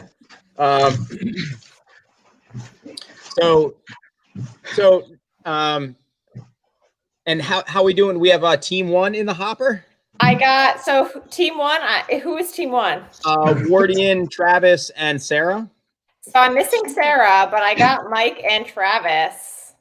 Are we gonna introduce our Matt and Zach? Gonna introduce each other first, or do you? Want this is Zach. Yeah. This is Matt. Yeah, how about it? And I'll check in with Sarah. All right. Take it away. what's up? How's it going, everybody? Happy New Year. Oh, I lost my tie. Is that what that was? I think so. Okay, we'll just go with it. I guess, well, they told us we have 5 minutes here, so I think we have like 5 minutes, like a bunch of times. So it really doesn't matter. We just have a bunch of time. I guess we should introduce team 1. Team 1. Team 1. Team Gryffindor. Yeah, we gave you guys all names based on your personalities. So team 1 is Michael Warden, Travis. Oh boy, we're gonna butcher all of these. Travis Lonkar. I think that's like the European pronunciation. Hey, you gave us a thumbs up. We got it. We got it. And Sarah Kites. Just say it wrong. Hey, look at that outfit. Hey, there it is. So a little bit on these guys. Some fun facts for you. Mike Warden is a father. That's like him. Congrats, Mike. A maritime broker and hookah athlete based in Virginia. His scorecard includes running 7 marathons on 7 continents in 7 days in 7 birthday suits. A lot of birthdays. And yeah, impressive. And with an average time of 2:45, could be a little better. In 2020, being the last one standing at the quarantine backyard ultra. Interestingly, he was the only one in his backyard due to quarantine. Right. But most notably for running through having 5 stress fractures and 5 hernias in his pelvis all at one time. Bam, bam. Woo! Yeah, I think that does take the cake there. Travis is a software engineer. So now on to Sarah, because it can't possibly get more exciting. And he can help us. He's our IT guy tonight. But actually, he's a software engineer living in the Baltimore area. He's based on Ultra Sign Up profile. He's newer to the trail/ultra game. He's most known for having a profile photo standing on the JFK starting line next to Ellie. Very notable achievement there, Travis. Sarah, she is a nurse. She's a coach, and she's a frequent podium finisher of mountain trail classics. Sarah's based in Saranac Lake.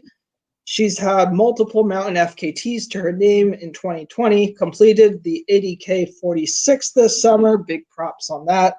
And probably most known for having a last name that looks like it could be pronounced Kais instead of Kais.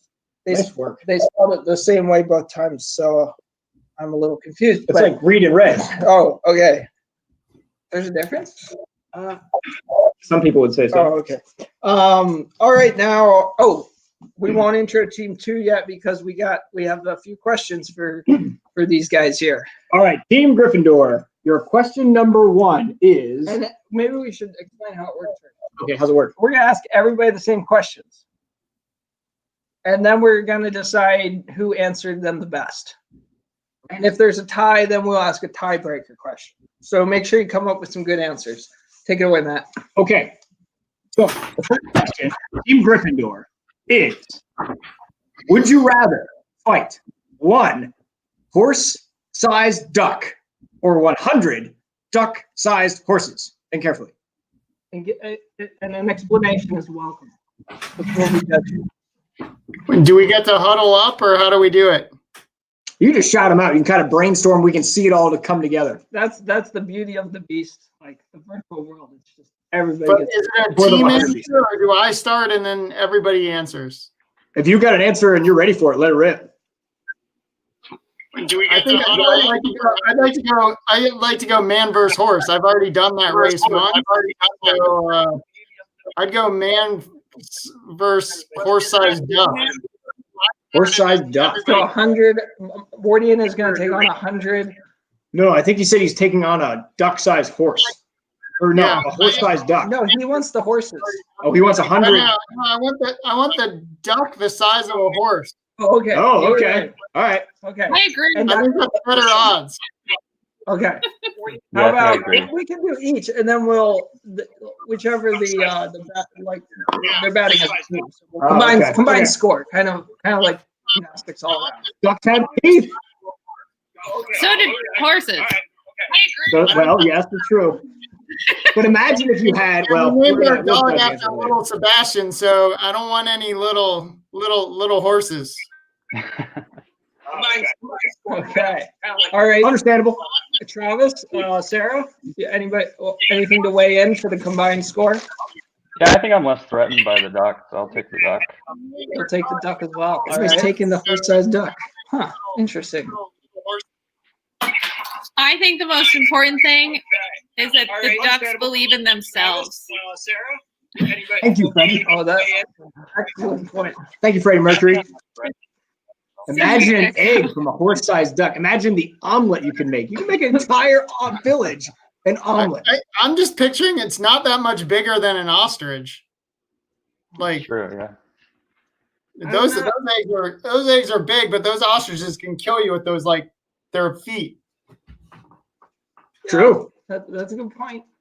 And then there's like 4 legs, or no, it's just the size. No, it's just the size. There's not any extra legs. Yeah, but the 100 duck-sized horses, man. If you guys have run on the C&O Canal enough to get hissed at by geese, those things are mean and nasty, man. 100 of those things coming at you, that's trouble. Yeah, that is true. I definitely had some gooser encounters in college, and they're not much fun. No. Okay, we think we got your answer for the first one. Thanks, everybody. Our second answer, or second question, is if you could replace grass with anything you wanted, what would it be and why? All the grass in the world. Grass. Mushrooms. That's a great answer. Yeah. A specific type of mushroom, Mike? I don't know, man. I listened to this podcast called Stuff That Can Blow Your Mind, and there used to be these 100-foot, or not 100-foot, but 50-foot mushrooms that were took over the world 10,000 years ago, and it sounded so awesome. But just imagine running across all mushrooms, and then, I mean, it could be like Super Mario too. You could just bounce around on them. I think it could be interesting. Especially with those Hoka shoes. Yeah, right? It'd be like clouds on clouds. It would be pretty awesome. Ooh, double entendre. All right, Travis, how about you? Yeah, I don't know. I don't have a great answer for this, I don't think. My first inclination was mushroom. Cash. Of course. What was it? Cash. Cash, yeah. Bitcoin. I think Bitcoin specifically. But that's not a good answer, so you think. No, that's we'll take it into Hey, consideration. money grew on trees, and Yeah. All right, Freddie, go ahead. Well, in the game of football, turf is preferred.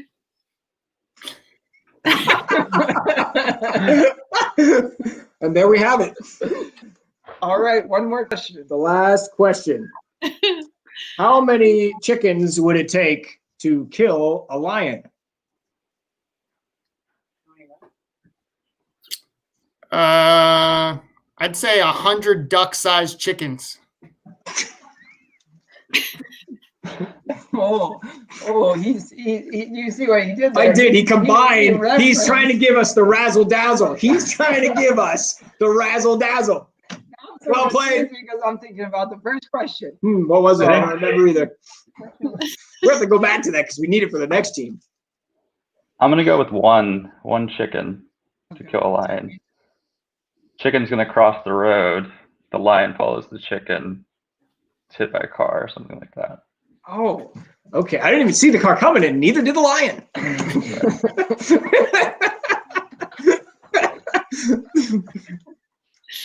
All right, Freddie, give us your 1 sentence answer. Well,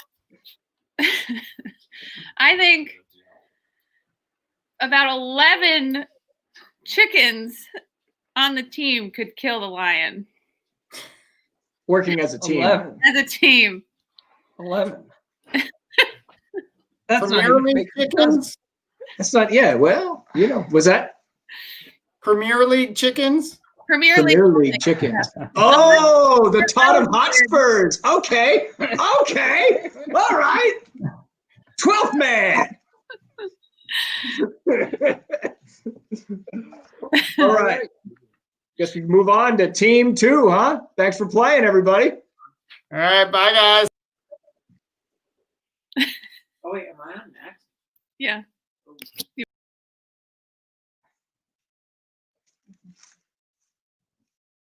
What's what? Oh, that's a Kukabunga. Okay. So right now, another. Boy, is it hot in this thing. Hey, welcome to the future. Happy New Year. In the future, everybody waves like this.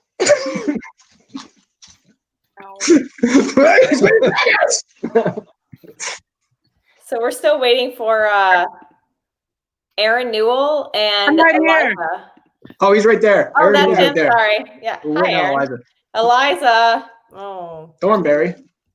Oh. Ian, do you want to step in for Eliza? Oh, I know Eliza Thornberry. Oh, Ian.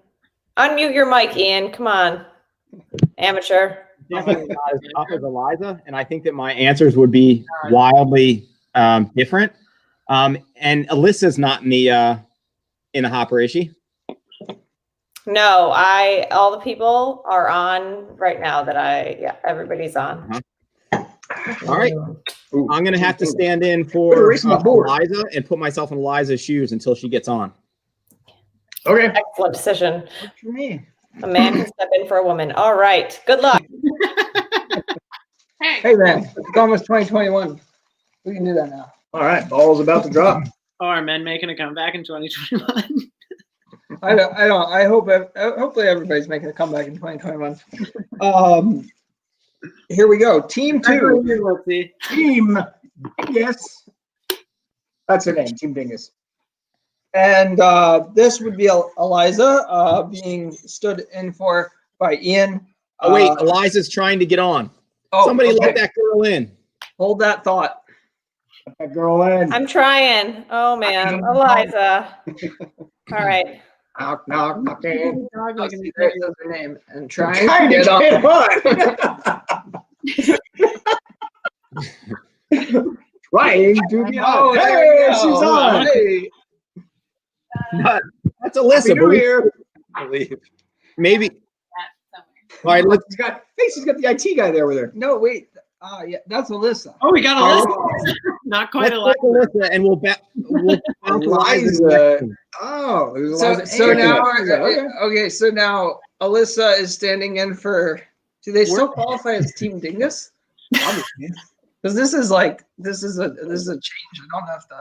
Is this a plot twist? Team Dingus to me. Look at him. Look at him sit right there. Look at Well, Team Dingus. they did have a little trouble getting in. Like a dingus would. Eliza says Ian can answer, or I can try to send the link to Eliza again. And try again. Can she just pop up like that in the bottom and answer our questions like that? Because I think that's really funny. That would be awesome. Oh, you can do that. Let's do it. Okay, yeah. All right, so Eliza, want to answer in the chat? Let's keep Alyssa in. We're gonna make a team swap here. Alyssa now is rolling with Team Dingus. Eliza, try to get her in before the next round. If she can't, she can answer like that. All right, you got it. Hey, bullfrog. Toad. Oh, Toad. Oh, Wait, nice. you want to see the greatest thing ever? Anti-Toad gang, frog gang all the way. All right. Why dwell in a cesspool when you can dig through the mud for worms? Okay, so we good to go for Those my boys. introduction here. All right. We'll do a little switcheroo with some of this. Okay, so now we have Jay Kelly, Aaron Knoll, and Alyssa Godesky. Hey. And Starting with Jay. He is a teacher and trail runner based in Massachusetts. Jay's frequented the regional trail scene and events including Whiteface, Seven Sisters, and the TARC Classics. Welcome, Jay. Thank you. Aaron Newell, with resume job titles including disappearing snack magician, taking up space, and route setter. Aaron's not one to follow the line his teachers always thought he was capable of. You know, he's like that kid that like your parents always wanted you to grow up to be, but you're still not it yet. Setting the bar high. Instead, he's become one of the best OCR athletes in the world for breaking what was an untouchable time on the 80K Great Range, lowering Lee Berube and Ryan Atkins' prior records, hand holding in supported fashion. I suppose we'll let that slide. But he's probably best known for crushing Matt Lipsey's time at the Breakneck Point Half in 2020.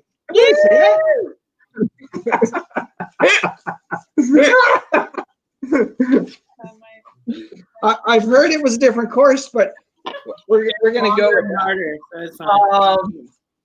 And finally, Alyssa Godesky. The longer and harder, the better for Alyssa. She's a good bet for podium finishes regardless of event, but shines over endurance piece, including the Hurt 100, the FKT on the long trail, and a truly mind-boggling effort establishing the new mark for the Adirondack 46 FKT, a truly Herculean effort. Let's hear it. Team Dingus. All right. Couple of dingai on the Dingus team. All right. So we've been asking everybody the same question. So the same is going to go for you guys. You can answer collectively as you come up with your thoughts. I don't know if you're listening in on the last group. Gave you a little bit of a head start there. But our first question is... They can answer individually, and we'll judge it like all-around gymnastics competition. Well, there you go. All-around gymnastics competition. Never heard of that, but I like it. Okay, so our first question is, would you rather fight off one horse-sized duck or 100 duck-sized horses? But definitely one horse-sized duck. Like, think of Jurassic Park at the end when they're like the tiny, well, actually just in the book, when like the tiny things are killing the old guy, you know? Interesting you say that, because when I think of one horse-sized duck, I think that's basically a dinosaur already. Although, yeah, I guess you're right. But it doesn't have the front arms. Like no, it doesn't have the arms. It has wings. I would agree with the one horse-sized duck, because as a teacher, it's a lot harder to try and get all the little ones all, reared up. So I would go with one rather than many. But have you ever tried to just kick a kindergartner? I mean, Zach has. They go down pretty easy.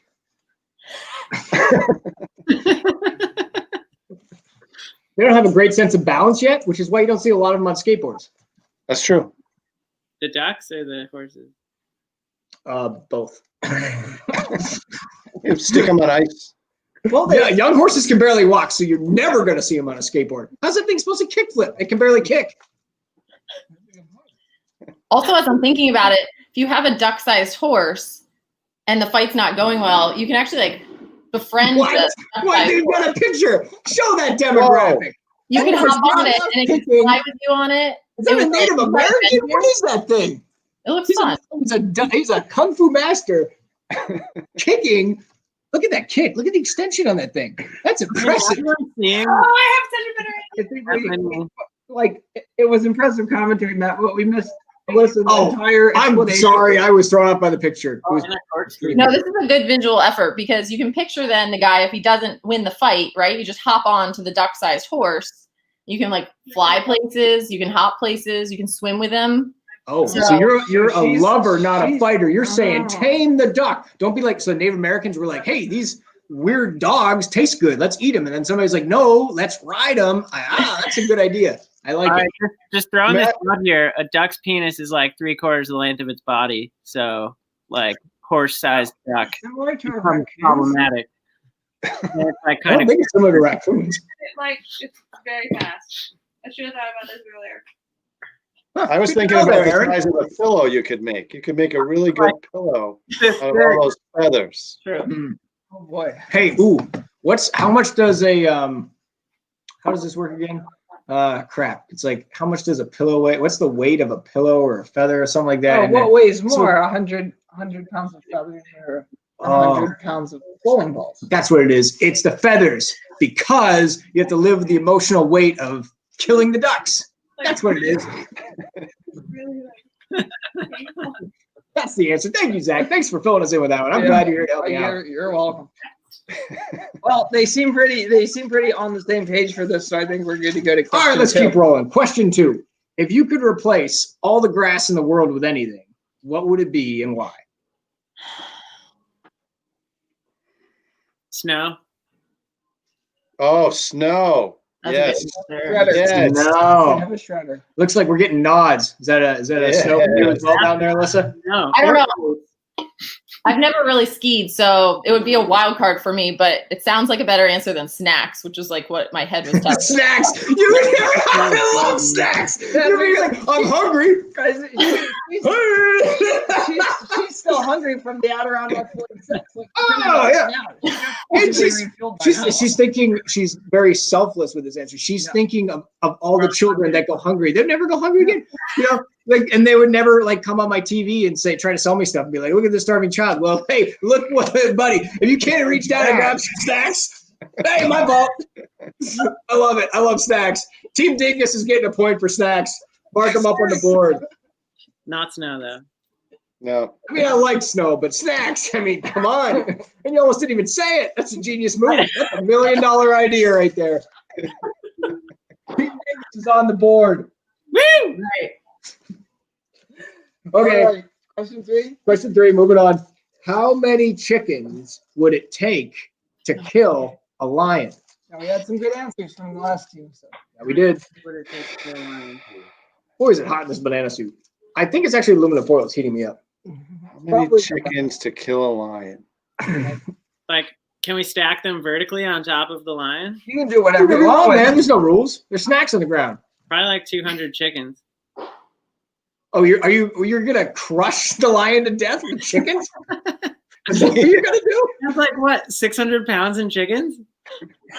Yeah, but I don't know if that would 600 pounds would crush a fully matured lion.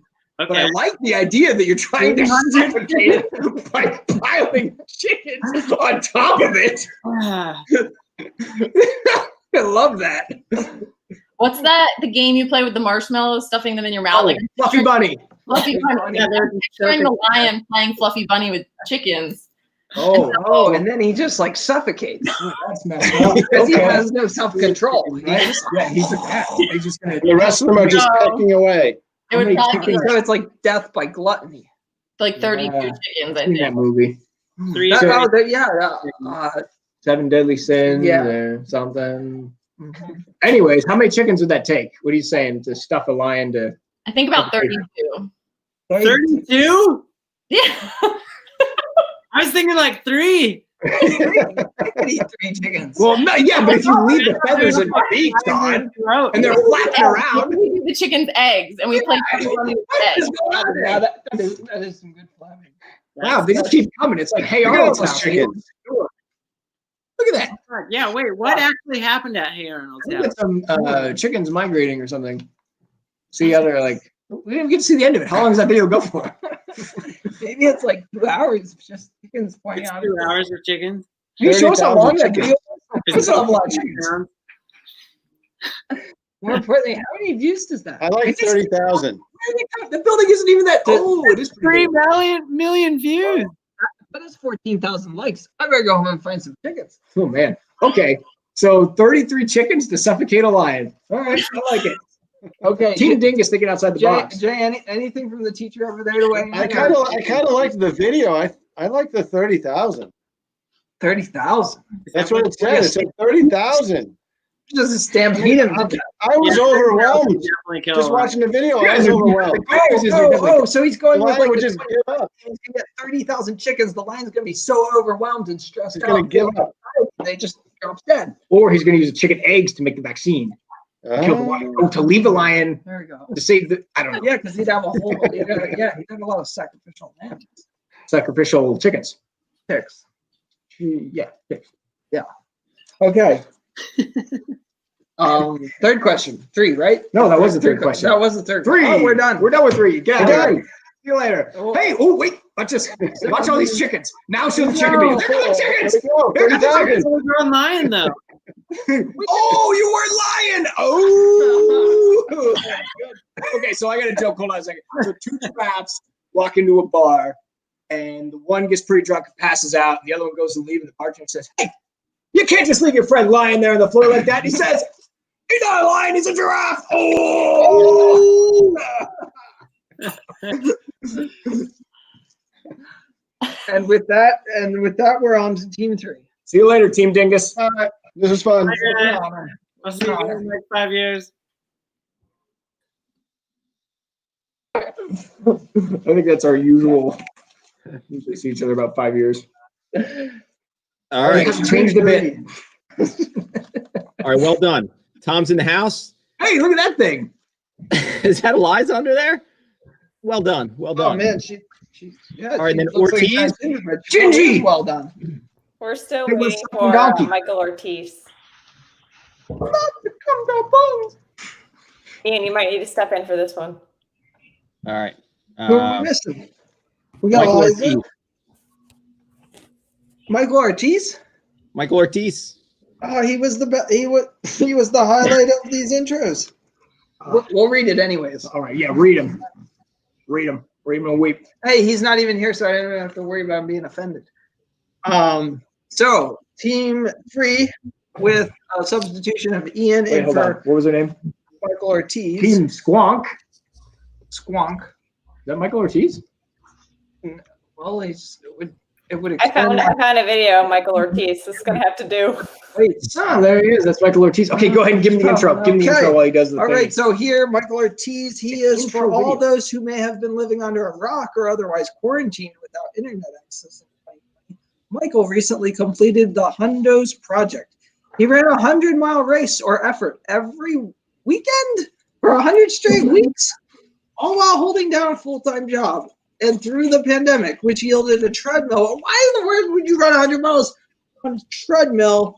One running backwards. Did he turn around or did he like actually run back? Like, did he just spin around and run backwards on the treadmill, or did he like move his feet backwards? It's just like in Ferris Bueller's Day Off. It's either way, it goes forwards. I think, and he ran 100 miles in his apartment in his living room. Big living room. It take forever. It take forever. I think the pandemic really got to this guy. But welcome to the show, even though you're only. There he is. There he is. There he is. All right. So Can you hear me? yes, we can. All right. Yeah, and we just got finished making fun of. Introducing you. So now that you're here, we will promptly go to the next person. So Tom Knowles, not a stranger to towing the line at classic trail events in the region, including Escarpment and the fateful maiden voyage of Iron Mines. Tom is probably most known for being one of the remaining holdouts on Facebook, making it very difficult to dig up dirt on him. Well done, Tom. And yet here he is on Facebook. Irony. Yeah, interesting. Very interesting. Logging in from a Nokia brick. Alyssa, good. Oh no, we already did her. So now we're back to Eliza. So Eliza is a shoe-in for for a win or podium finish in nearly every mountain and trail race she enters, and including a 6th place finish at Western States. Eliza's been around a bit. Is that just a nice way of saying? Never mind. A Solomon athlete based in her home state of Vermont, she's probably most known as the only individual to tally back-to-back wins at the Iroquois Trails / Virgil Crest 50 milers. Well done, Eliza. So now that we have all that information, we're going to go on to 3 questions. We're going to ask you guys 3 questions, the same 3 questions that we asked everybody else before you. answer craftily because we will be judging judging your answers. You can either answer as a group or you can answer individually, and we will judge it like a combined gymnastics score. Right, Zach. And if they win, they get a pair of light ups from Skechers. Just kidding, we don't have those. But the first question is, would you rather fight off one horse-sized duck or 100 duck-sized horses? I'll go first. I'm going to take the one duck-sized horse because then I only have to deal with 2 legs instead of 400 legs. So you want the one horse-sized duck? Yes, and okay. I don't think it would even be able to fly because proportionally, I think it would not be proper. So I'm definitely going to take on the duck. Okay, so no aerial attacks. You like the ground game. Okay, got it. Like 2 that. legs total. That's all it has, and the horses would have 400 legs total. So I'm going with the duck. I never thought to calculate how much duck power a duck-sized or horse-sized duck would have. If we would if you want to take a scientific, because we actually could figure out if it could fly or not, because there is an equation that we could run, but neither of us know what that is. If we converted all of the duck power to horsepower, all of the horsepower to duck power, what would we have on our hands? Well, we don't know, because we're not the Mythbusters. We're just 2 guys dressed as whatever the hell you are in a banana from the future. Anyways, anybody else got any thoughts on that? I'll go. I'm all for the 100 duck-sized horses, actually. Yeah. I think all it takes is like one hit from that bill of the horse-sized duck, and you're dead. And also like with the little horses, I could just run into the water or climb a tree or something, and they can't get me. Well, So horses can swim though, but not not like a duck. Yeah, exactly. Like I don't know.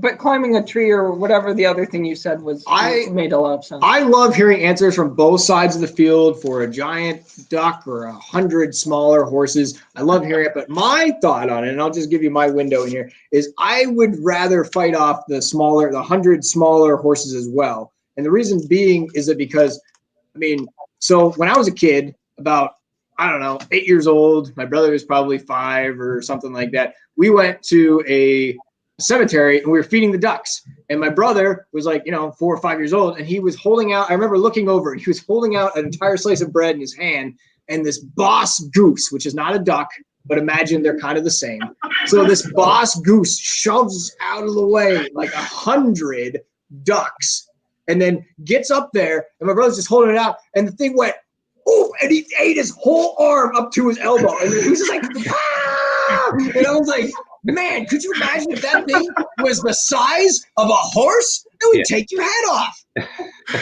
So, anyways, that's why I like hearing Alyssa had a great answer. I think that was a great answer. I love that answer. But I'm just saying I'm on the smaller horses team thought process. But I'm playing. Here I am. I'm Switzerland. I'm playing. Middle of the fence. I'm sitting here.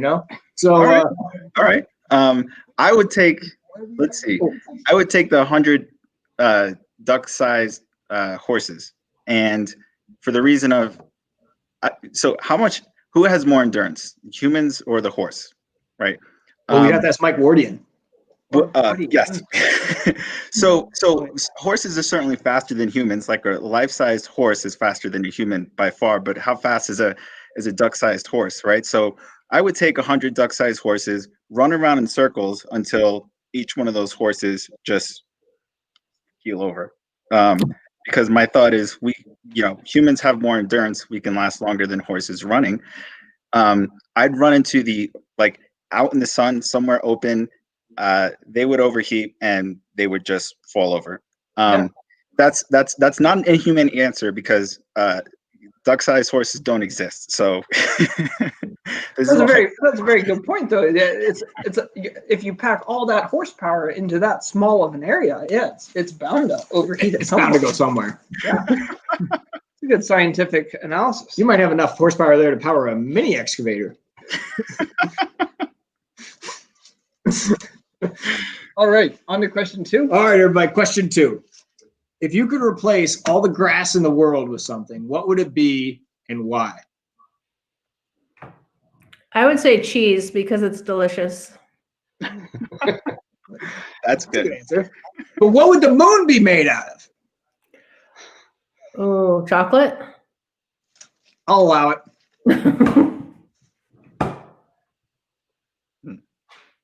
Anyone else? Tom? Like, they were really thinking about this one. I like the cash answer. That was a good one. But then if we all had all that cash, then the cash would be worthless. Oh, never thought of that. Thinking, man. Maybe like some kind of, gold. If the streets were paved with gold. Pillows would be nice. You could just sleep whenever you want. Lemon drops. And all your yeses, wait, hold on, what did Dwight Schrute say? If all your maybes and just were candies and nuts, then every day would be the Donkus a Hunkada day. Something like that. That's a good memory. That's good. I actually made up half of that, so it's not a good memory. It's actually good ad-libbing. I don't know. I'm drawing a total blank. I'd replace with cotton candy because who doesn't like cotton candy? And if you don't like cotton candy, the ground would be soft anyway. There you go. Or sticky. You're like, hey, let's roll around the grass. Sticky. So it could be a disgusting answer too. No. But I don't like cotton candy, so I'm just kidding. Neither do I.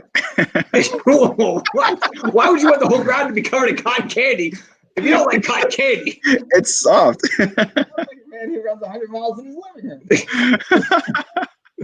We never need to stop for fuel. You I can don't process even sugar. really like doing this. I mean, There you go. I ran past the end table 600 times. Well, the good news is you can use that end table as an aid station. All right, last question. How many chickens would it take to kill a lion?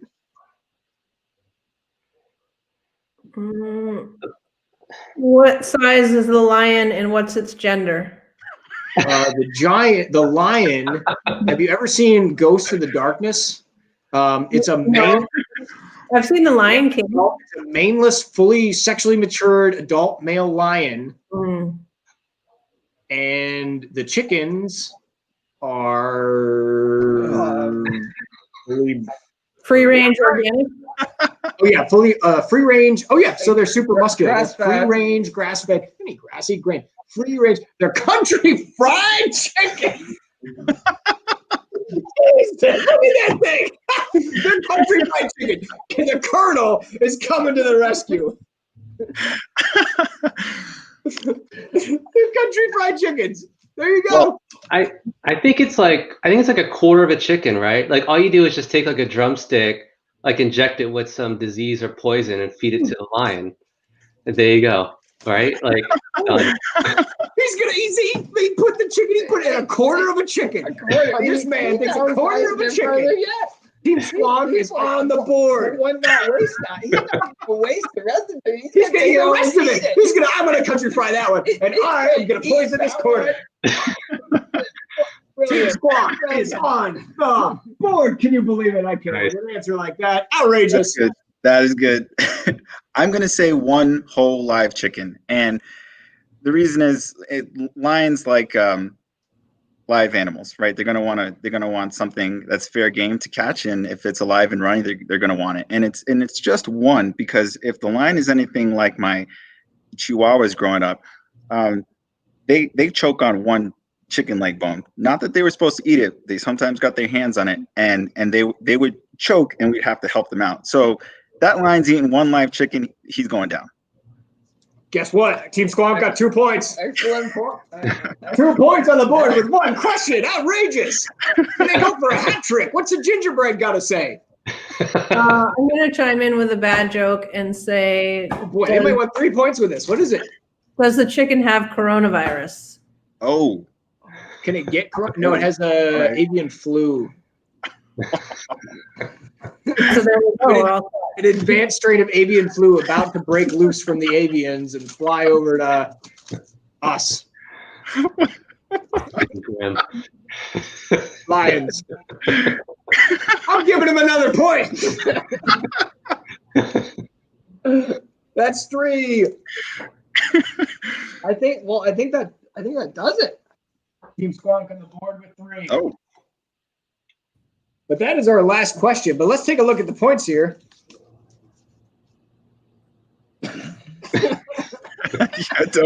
We're not looking. Don't worry. Nobody look. Don't look. Everybody close your eyes. Oh my goodness. What do we have here, Zach? What's going on? Oh, that is unprecedented. Oh my God. Can you believe it? It's a 3-way tie. A 3-way, a triple entendre. No way.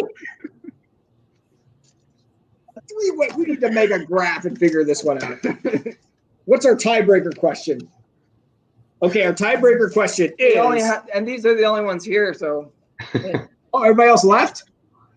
Well, we'd have to bring them back in. Oh, okay. We'll just ask these guys anyways. So, Leonardo, no wait, false. Michelangelo, known as the party dude from the show Teenage Mutant Ninja Turtles, which was about turtles. Oddly enough.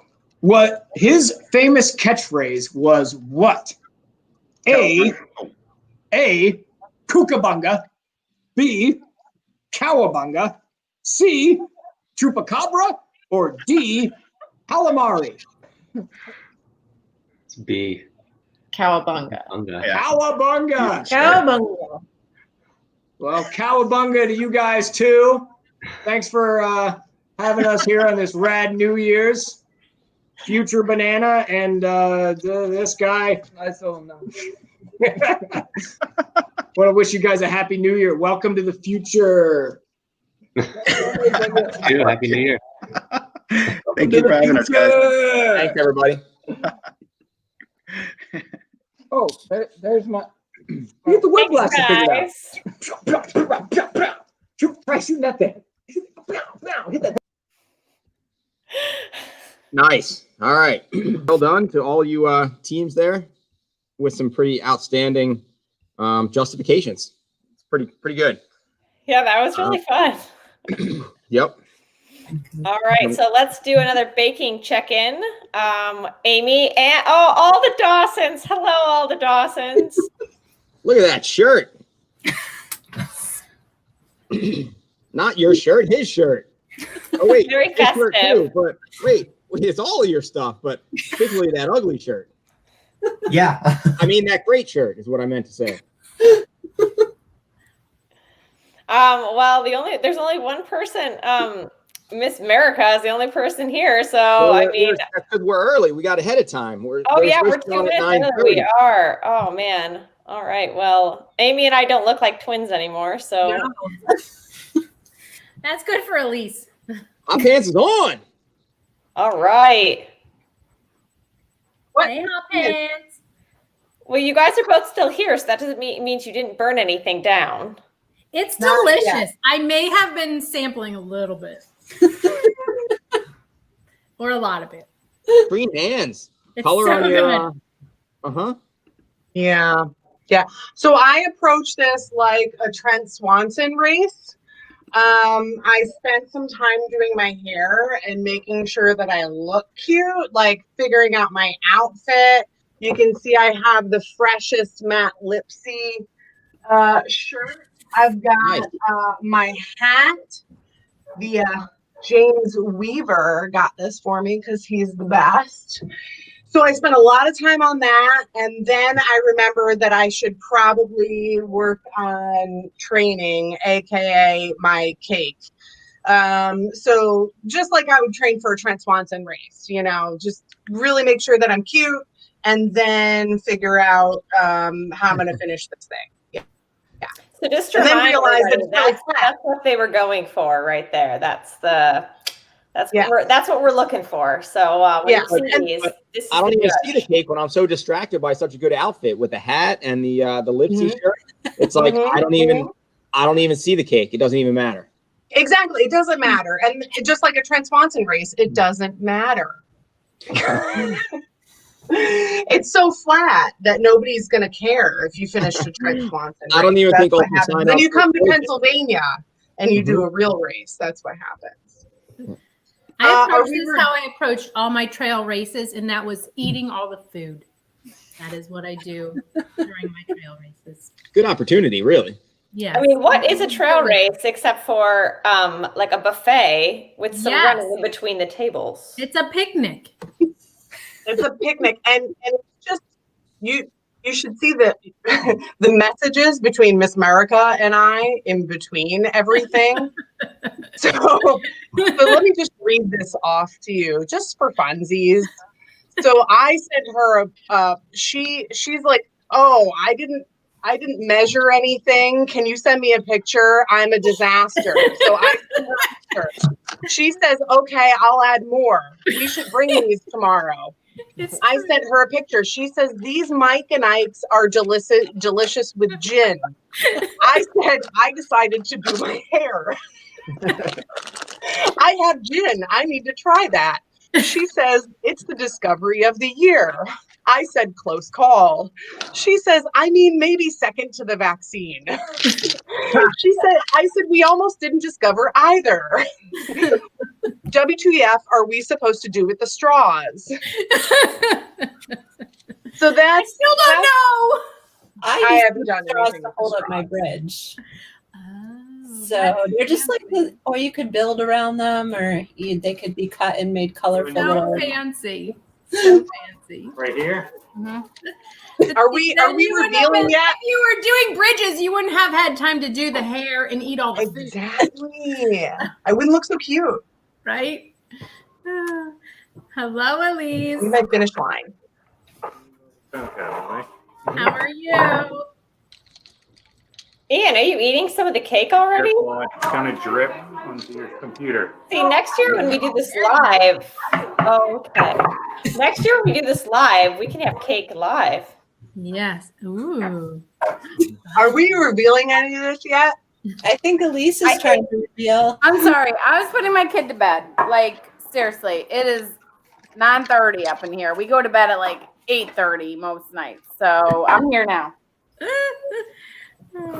All right, are we still waiting for one more? No. So this is it. Well, why don't we start judging?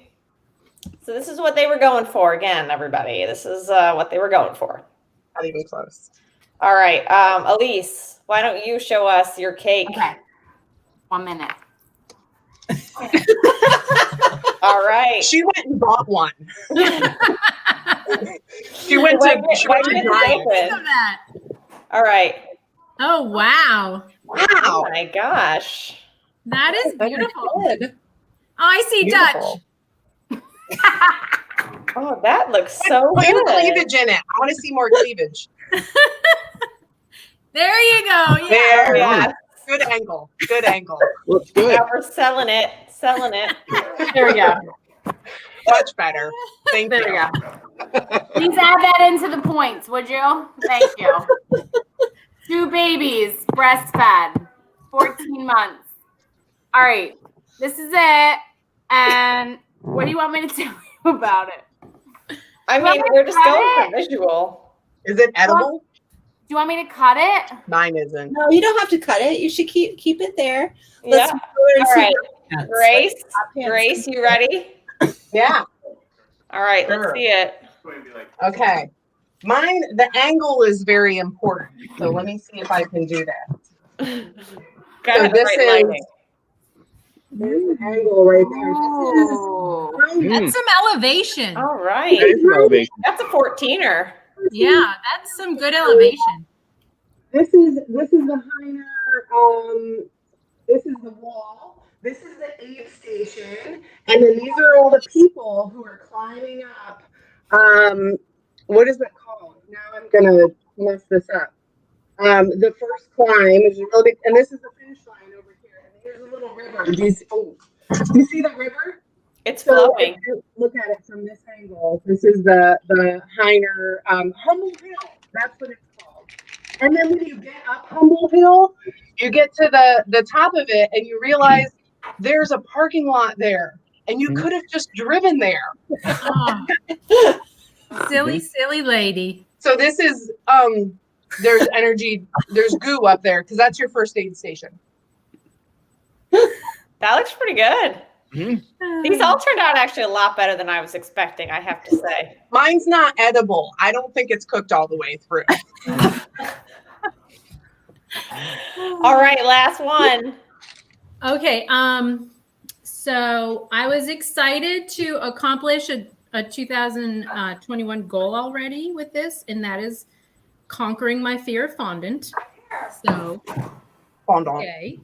Also, I was happy to incorporate the boobs into the scenery, and they are the river.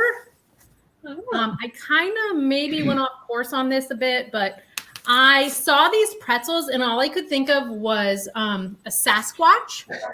So, oh, man. Please. Oh, crap. I just lost half of him. But here's his face. Yes. So I made a Sasquatch with fondant trees and a boob river. Who doesn't want to jump in a boob river? Right? So that was what I did. And it's delicious. That's a good Sasquatch. Thank you. I mean, you see these pretzels, and that's what you see. Yeah. Right? Yeah. Sweet and salty. I'd eat that. Exactly. So maybe that's just All right. For the record, so this is my first cake ever. I've never made a cake before. Women are supposed to cook. I don't cook. buy cakes. They make them great at the grocery store. Well, I'm going to hire you to make themed cakes for my races based on your profile. And there. And at the end, we all have really, like at the end of Ian's races, we don't have very high expectations. So usually when I finish Ian's races, there isn't any food yet. Yeah.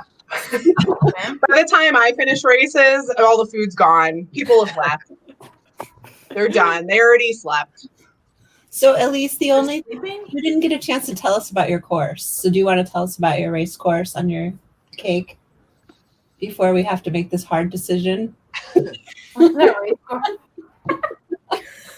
Well, sometimes instead of party time, they call me. So that's pretty. It's pretty part time, meaning part time. Part-time course. I'm pretty lazy, so I'm like, I'll catch up with you guys in the beginning or at the end, but I'm not doing the whole thing. So that's it. At the end or the beginning. Good job, you guys. They all look good. Tough decision. We drank a lot. We drank a lot tonight. Like it's starting at 4. I ate a lot of frosting. Yeah. It's so good. So good. Oh, really good. This is why I don't bake cakes, is because I don't want to know how to make frosting. Because when I was a teenager, I learned how to make cookie dough, and I would just make a batch of cookie dough and then eat it. Yeah. Mm-hmm. I'm very dangerous. Cookie dough's good. Yeah. This is going to be my fuel. The middle one. I'm going to start putting it at aid stations for you whenever I, I'm going to, this is going to be my hill repeats on Saturday that I'm going to. Imagine the communal bowl of cookie dough, just ultra nerds, just like running out of that aid station. Delicious. With our results, we know who we're voting for. All right. All right. It was a really, really hard decision. I like how much laughing there is. You idiots. I'm going to concur with Ellie. They all came out a lot better than I thought. I was worried at the time. What? We're so proud. You should be proud. They're all awesome. We're going to go with hot pants. Cool elevation that we got out of that. Because even if it's not cooked all the way, it's pretty tall. There we go. You go, Grace. We have all the rocks and we got all the birds. Actually tastes really good. I know. Ian, what does Grace win? What is all Good this question. now? We just wondered if second place gets my God. someone to come clean up our kitchen. That's all we want. whatever the prize was going to be, I think I just changed it to just like a year's worth of like icing, maybe. Did you make this stuff? If you know, if all the Christmas icing is on sale right now at Tops. I'll take it. Like 25 cents for each Funfetti green. So you got a case of it. Get that. All right, actually, the official, it looks like prize here that Trent has lined in. Grace was to win some Picky Oats from Picky Bar and a pair of Smart Wool gloves because they are hopefully warmer than the oven mitts. For my Reynolds fingers. So I'll send those with your hot pants tights when they arrive. They are shipped. Did I say 50? But if we had to go with the creativity outside the box award, the Miss America and the creation of the school. Party time, you're in the box, actually. For the record, I am wearing hot pants. Just wanted to. I can't do this without wearing hot pants. Girls. Miss America, do your waves. You know what we can take for third place? A Weight Watchers subscription. Who got us a bag of sugar? Like, seriously. That's what you win. Run to work off a bag of sugar. This is my fondant that I have left over. I heard that stuff tastes bad. I used to all over my hands. I need to. This is so good.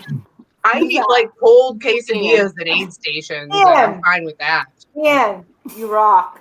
Nice work. Good job, guys. Thank you so much. Thank you, Amy. And And don't enjoy Amy and each Ellie other's look alike? cakes in the morning.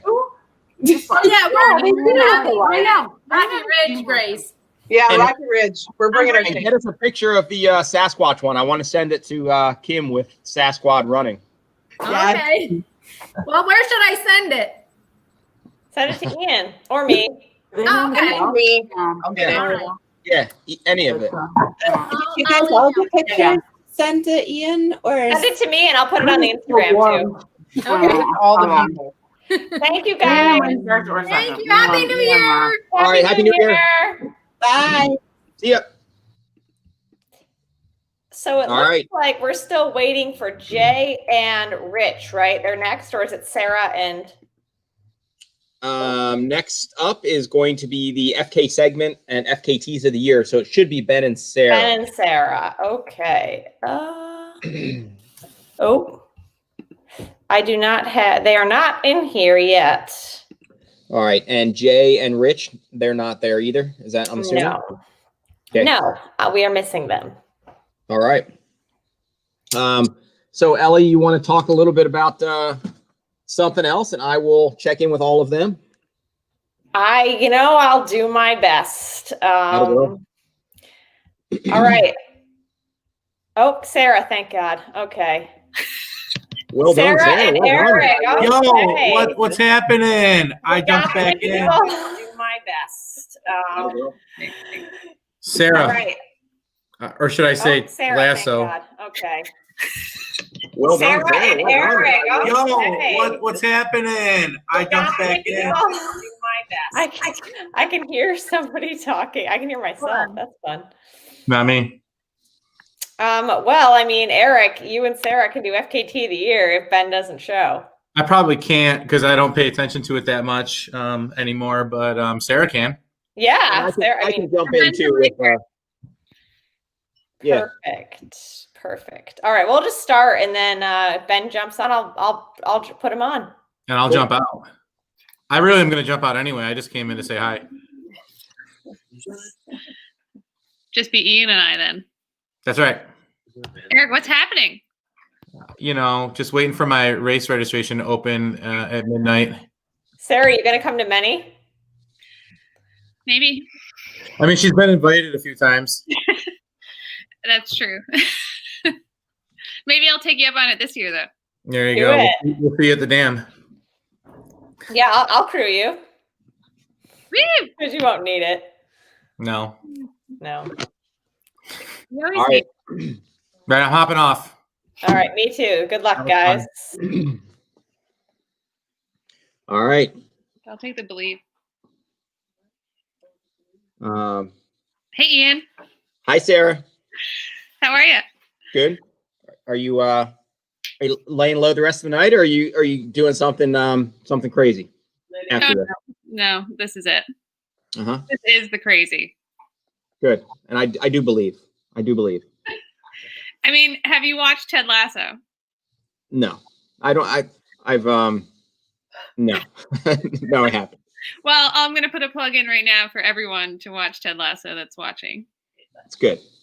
Why don't you tell us about Ted Lasso for those who haven't? Oh, well, basically, I've heard it described as like The Office mixed with Friday Night Lights. But better. I've watched it now. There's one season on Apple TV. I've watched it going on 4 times. In 1 month. Yeah, it's really good. That's pretty outstanding. And hearing you say that, I think I do get a visual of watching a preview or something like that and thinking it looked pretty awesome. It's pretty great. It's great. It's like what we all need right now, actually. America in general. Maybe we can start a campaign. Ted Lasso for some sort of recruitment for some president, whatever it is. Why not? All right. What you got on the FKT front? All right. Ben's out. Yeah. Who knows? I just texted him, but my choices that I'll probably stick with. But let's start with you. And what do you think of the year? All right. Well, we might as well start. Let's start with the women overall for our Northeast region. And I'm actually going to start we'll go 3 to 1. Okay. All right. We'll go backwards. So my number 3 is actually Lydia Gill for the 100-mile wilderness. I did. Me being the ignorant rube that I am, wasn't aware of the 100-mile wilderness before starting into the Trails Collective stuff. Yeah. And announcing them a couple times, that sounds burly and incredible. She also did it unsupported, so 100 miles unsupported anytime is, I think, insane. And she did it in 1 day and 9 hours. So that's pretty great. And the terrain there is just really raw, right? I mean, it's kind of what you're used to, and there's some pretty bold metrics, but it's really just raw, right? Yeah, I mean, I have not spent any time on it, so I can't say from personal experience, but I think it's, you're out there. I don't think there's a lot of probably no cell phone service. I think it's, you're just basically single track the whole time. And I don't think there's many outs either, So that struck me as something that she also had pretty close to the men's unsupported time too. I think she was 1 minute, beyond his time. So that's pretty great as well. And that was the men's time that was set this year as well, because he broke that as well. Yeah. Yeah. And then the men's self-supported time is only 4 hours better than her, I think. So. So I was pretty psyched to see that. That's pretty impressive. Is she from Maine? I don't remember. I don't know, actually. I knew the name, but I don't know where she's from. Yeah. Right on. Number 3 on my end, which I mentioned, let's see, earlier, was Britta Clark on the Hemi. Just a route with some history and, hey, Rich, buddy. Some a little premature. I think Rich could chime in. Well, Rich, did you follow the FKT scene and can weigh in on some of this stuff? Yeah, I mean, especially this year, in lieu of other races, it's been interesting to follow along, see the interest in it. Well, feel free to weigh in, because I know much less than either one of you. I only know it from kind of announcing these things week and week. And so for Britta Clark on that Prezi effort, as I mentioned to Sarah, I was looking at just some of the routes that had a competitive background. So they were getting hit by some phenomenal athletes prior and just lowered and lowered. And some of them were just crazy. So some of the ones that were, for instance, up in the 100-mile wilderness, I was like, that's just seemed like an awesome effort, but I didn't really have a metric or but to Sarah's point, just the metric of being out there solo and unsupported and in that environment is a yardstick in and of itself. I just didn't have a kind of competitional measure to it. Whereas with Britta's, that was one for this year. Yeah, I will say, so my personal opinion of FKTs, I think being in the Northeast, we're lucky that it's kind of like tradition for us, I think, in the Northeast to have FKTs that have been going on for, decades, since like the early 1900s. People have been doing these things for the fastest time. And, in my personal opinion, I think this year, unfortunately, the market has been pretty well, diluted with things, and take that as you will. I think that my opinion is that FKT should be either like a very historic route that was done, frequently or not, but something that's historic, a point-to-point trail like the Appalachian Trail, or something that, it's very competitive in that people do it for aesthetic reasons, but also, is a competitive route. So me, I was looking at things that are a little bit different, but also meet those points, I guess. I agree with you, Sarah. Yeah. Yeah. You start seeing FKTs on routes around here where it's like a third of a trail, and it's just kind of, as you're saying, the watering down. I want to see them more established on longer trails, but definitely I think with people without the races, they're just popping up on like, oh, I'll just choose this section near my house and set this up as an FKT and so forth. They haven't verified my FKT from the fridge to my couch.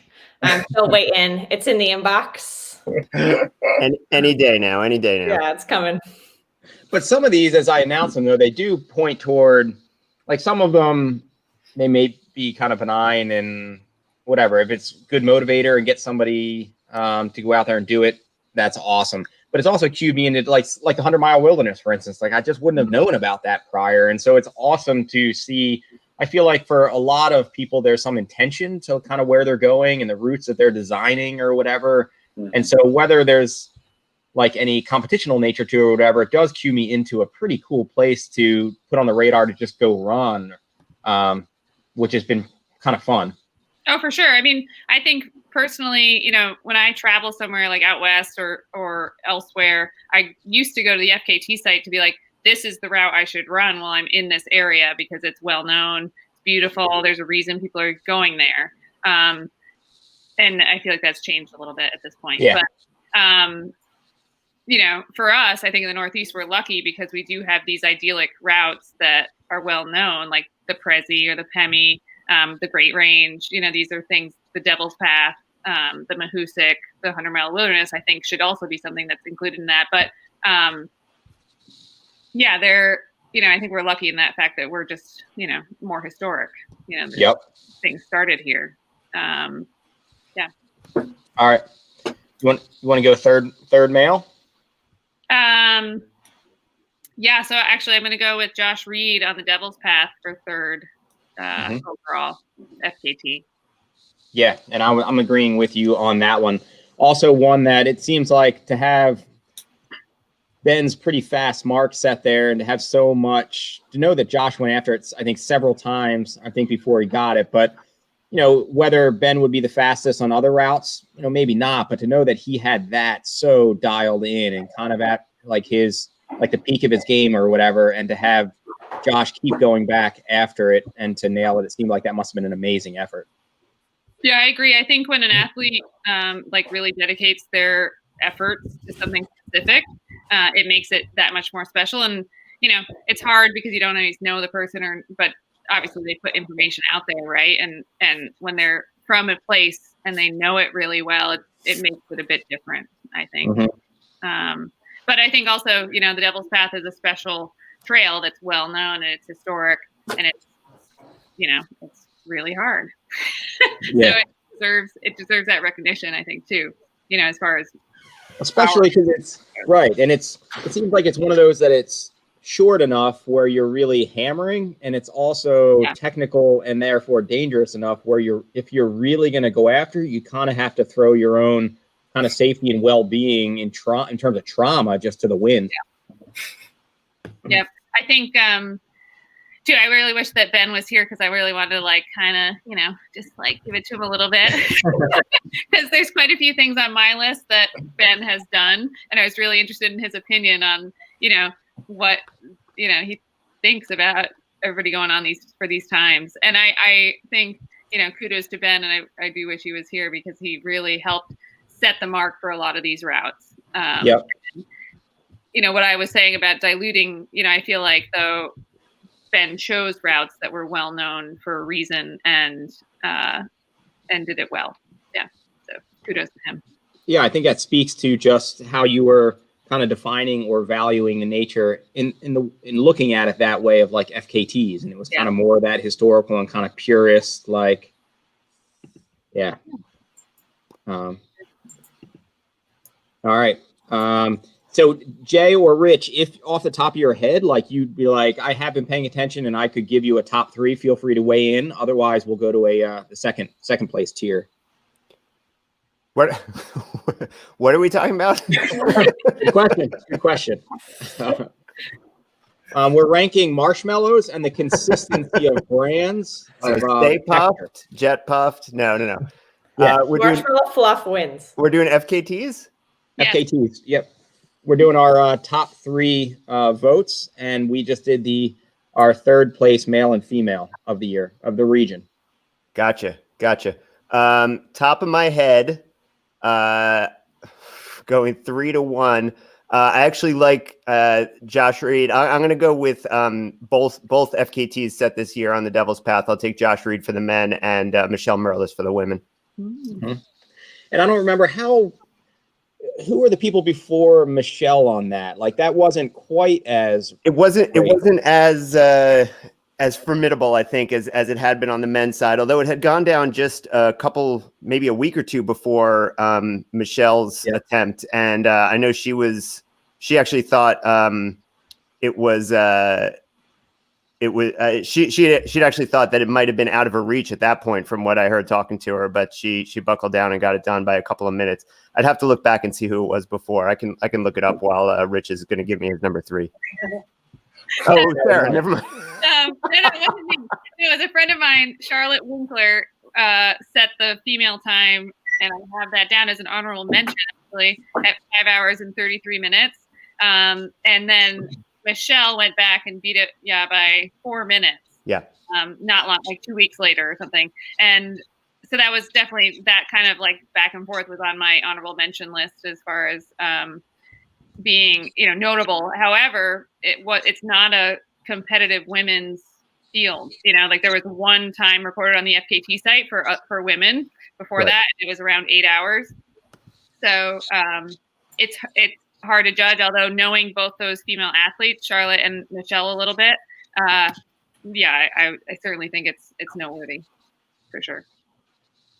All right, number 2. Am I going first? Again? Yeah, unless you don't want to. Sure. Are we going women this time? Again? Sure. I'm going to say, so the back and forth with Jess Marion and Britta Clark on the Prezi this year was incredibly impressive. So Jess knows that region. I mean, she lives in that area. She knows it really well. Any of us, I think, that have lived in the Northeast know the Prezi is super iconic, like bucket list traverse to do. And so those two, I think, deserve a tie for second as far as I see it, for sure. That's actually, Sarah, that's exactly what I would have said too. Yeah. And that's good. And kudos to you going for the tie answer, because I had just gone with number 2 being Jess for the win. But you're right, and we'll touch on it here again, maybe in a minute. But yeah.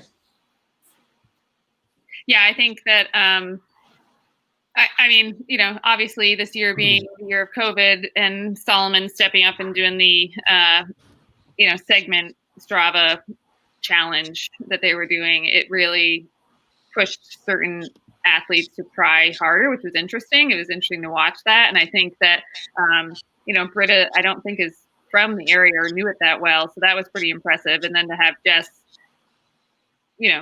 she put up a fast time, Britta beat it, and then just went out and beat her own time, I think is pretty impressive. Yeah. Mm-hmm. And doing it, having been on the Prezi several times and failing myself, it's impressive. Was that going, when you say failing, so going after the time and yeah, failing? I've attempted it a couple different times, and weather and things have happened that just didn't work out. So you have to have good conditions. I mean, you're rock hopping the entire time. It's not a easy route by any means, and not an easy route to route find on. So for Britta to go out and do it without really knowing it super well is kind of tough too. Yeah. It's interesting, and just what feeds then into that. Looking at comparing some of the times when they were going after him. I think it was Aaron and somebody else that I was comparing how they were racing and who got out earlier, and then how the conditions played in and afterward. It was just interesting to see kind of how that race angle plays out when they're not head to head. All right. I will mention, so Aaron went for the segment and sneakily put it on private so that it wasn't published. I tried it twice. Because he tried it twice, once to route find it, second time, once to route find it, second time to do it for real. And the second time he did it, he put his Strava on private so that his FKT his segment wasn't published, which is incredibly smart. All right, Jay, off your top of your head, second place. Female. Second place female. I was going to agree with the two women who took down the Prezi. Right. Second place male, I could go top of my head. And this one, I think a little bit under the radar, but was definitely on my radar because it's a trail that I like and hope to take a shot at that record one day. But David Oskving on the Northville Placid Trail. Took two recon routes or two recon runs to check out the northern and the southern sections, and then it was really kind of the last weekend he had a chance to do it. Was able to take down the record, and that record had been around for about 5 or 6 years. Cheryl Wheeler, who is I think a lot of people know well, is a very accomplished technical trail runner, winner of the Escarpment, winner of Massanutten in the past. And the route now is about 8 to 10 miles longer of trail than it was when Cheryl did it, and with some technical stuff in there. And Davin was able to get in by a couple hours under Cheryl's time. So, maybe not as well publicized, but that one was on my radar for sure. Okay. I definitely had it under my honorable mention. Yeah. It's not one, that I feel like is well known and people don't do it frequently, but I do think, and I think his commitment of going back and doing it again. Exactly. And it's not the easiest trail. I mean, it's a long push. It's almost 140 miles now of trail, and it's pretty remote. There are 30 plus mile sections with no road crossings, no place for crew or anything to get you. So that's 6, 7 hours, 8 hours between refills, and if you're trying to go fast, it's not a ton of climbing, but it's a lot, and it's not insanely technical. It's not it's not Catskills Rocky or anything like that, but it's just slow going. It's a lot of little tiny ups and downs. It's a lot of blowdown. It's a lot of mud, and the trail gets flooded by beaver dams, and it's just there's a lot of slow miles in there to make up time for. So it can be a frustrating. Although I will experience. say, Sorry, go ahead. The season, I was going to say the season he did it in, I think, was pretty ideal. This was actually a really good season because it was so dry all summer, and there was not a ton of snow melt coming into the spring, and you got to miss the black fly season and everything else. So he picked the right time, certainly, and this was probably the best year to take a shot at it. Yeah, for sure. So my second place male FPT of the region was Jordan Fields' Hut to Hut Traverse. This is something that has been super competitive since like the 1930s. It's been it's a very White Mountain thing to do the Hut to Hut. It's almost 50 miles, and I actually don't know the exact elevation gain. I want to say it's like close to 20,000, but correct me. Less than that, maybe 18. I don't know. But it's been competitive since the 1930s. People have been attempting it, and Jordan put a very like concerted effort into just doing that effort this year, and beat it by like 30 minutes from the year prior. So for me, that was like very cool to see. And it's about community too, for sure. And that was cool to hear. And I, as I mentioned to Sarah, that one wasn't even on my radar. So it's cool to find out and learn about these things. And my number 2 is just sticking on the PEMI, just based again on that history and track record. And so is Jack Kunzel on that one. All right, top slots. This was easy for me. I don't know about you guys, but men and women was very easy. The women's top one, I mean, for our region FKTs, I thought story of the summer was Alyssa and Sarah on the Adirondack 46, and following along that battle and watching them both take that down. That was fantastic. So that was an easy number 1 for me for the women. And I'll just finish off. The men was an easy pick too. String bean on the lawn trail, that was epic, and he just continues to redefine, what's possible on these long unsupported treks. That dude, I love following his projects and everything else. Ton of talent, and I know he doesn't technically live in the region, but that's a regional trail of great import. So that was an easy number 1 for me. I had that. If I don't vote for FKT of the year for the magazine, but that would have been in my top 5 for sure. So mine, I forgot about that effort. Such a blur of a year. Yeah. And that, I guess I wasn't even thinking of that as just, I don't know. It's just one of those, I don't know. I just missed that one. Remembering that one in all of 2020. So my top mail was to, was to Aaron on the Great Range. As I mentioned to Sarah, I kind of wish he would have done that one just for the metric, technically classified as unsupported as well, as opposed to getting handheld through there clearly by Sarah and crew. And I don't even know how that went, but just to see that duel going between Ryan and Lee prior and just seeming like it kind of an incredible like effort, and to have that even, and this is all stuff again I'm learning too. Like I don't know anything about anything. And so as I'm learning about this stuff and meeting these individuals and looking back into the histories, it's just, I don't know, that just seems incredible. And then my number 1 female on the women's end was Alyssa as well. Just, I don't know whether I was a help or a hindrance to Sarah out there, but just getting a brief glimpse of it out there and just how incredible and mind-boggling that effort was just it was literally incredible. So that was my number 1 female. All right. Well, I'm gonna kind of be an echo, but a little bit different, I think. So I'll start with the men as well, and I'm gonna also vote for Aaron in the Great Range. I'm a little bit biased, but it is my home range as well, and I know how hard it is, but I also know how dedicated he is and how hard he's worked to be able to get to where he's at currently. I think most of us know the Great Range is one of those iconic routes that has the history behind it, and I mean, he broke his ankle attempting to beat the record and only missed it by a few minutes on one of the times.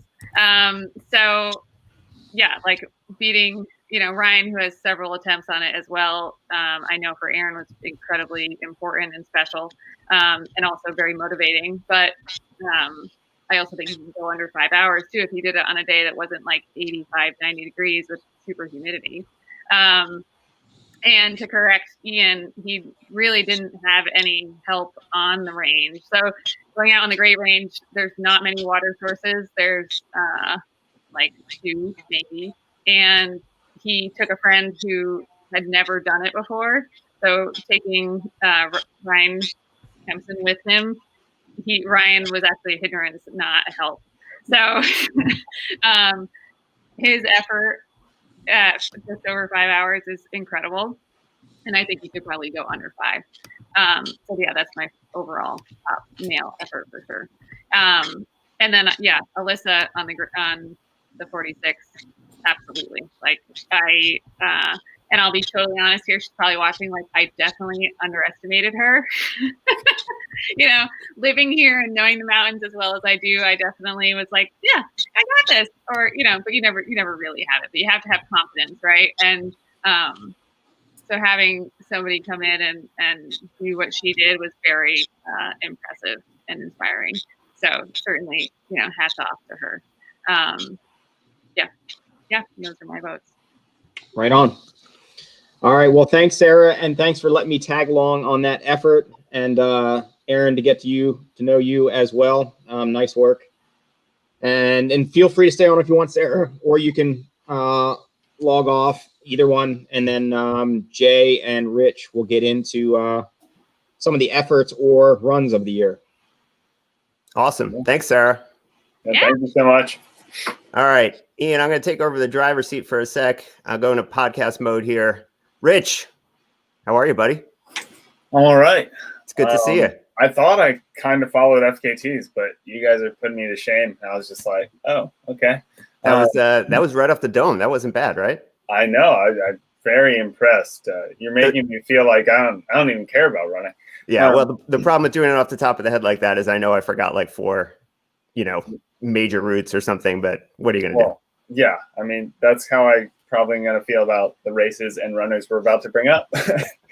All right, hang on. But, you know, we're in podcast mode. We're going to go real fast. But before we start, that means I have to ask you what you're drinking. That's how I start every podcast. What are you drinking? Oh, so earlier this evening, we had some cider from a local cidery here that Ben brought by. And then it was a Riesling IPA from Warhorse. Oh, that's good. Warhorse is good. Yeah. And I mean, I don't like Rieslings. I mean, it's not like a wine I'm into, but it was actually quite tasty. And then a collaboration from Sloop, my friend had brought by. So I had some Sloop. I had some Sloop earlier.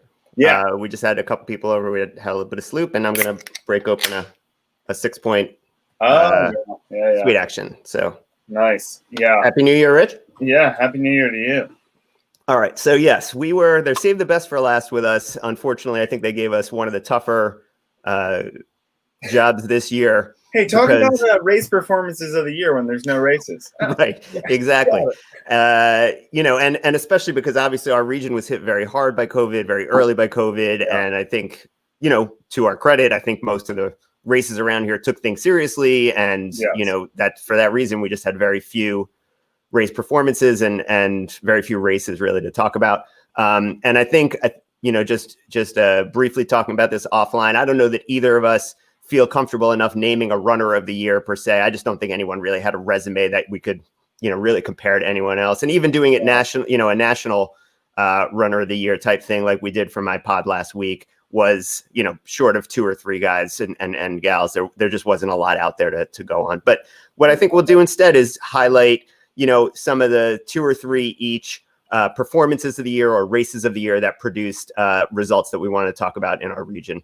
And why don't you start us off with, I think, what was kind of the story of the last part of the season and in our region, and you know, some controversy and also a great field and some great performances at JFK. Yeah, JFK was the highlight of I mean, it's typically a highlight in the Northeast anyway. As Sarah was saying, when it comes to history, you know, we like to hold up JFK as like we have some real ultra running history in the region with JFK, and this year. Obviously, a lot of controversy surrounding it because as cases were spiking, it went forward and actually had a really large field. They didn't really cut down numbers much or at all, potentially. Right. On what is usually the largest race in the country. Yeah, exactly. And I think they still had like 700 starters. I mean, a lot of people didn't end up showing up. It was interesting. I was listening to Dylan Bowman's podcast with Hayden Hawks, and he was talking about how the race was still on the fence like a week out, and they finally got like final approval. But anyway, it was controversial, but it seems like the race went off well, and they ended up getting solid fields on both sides, but especially in the men's side. As Hayden mentioned, you had a lot of male professional runners who needed a performance. Right. potentially, I mean, their contracts, I'm sure they don't get much money, but you kind of need to put something down. So they got a good field in, and Hayden Hawks just ran a mind-blowing time. It's kind of scary to think what he might do next after this, because he was saying his goal race is coming up in January. This was a lead-up race. Like a B effort. I'm guessing they're doing another Hoka event like they did with Jim Walmsley and Pat Regan and so forth. Yep. But anyway, so he was a highlight in the race from our region.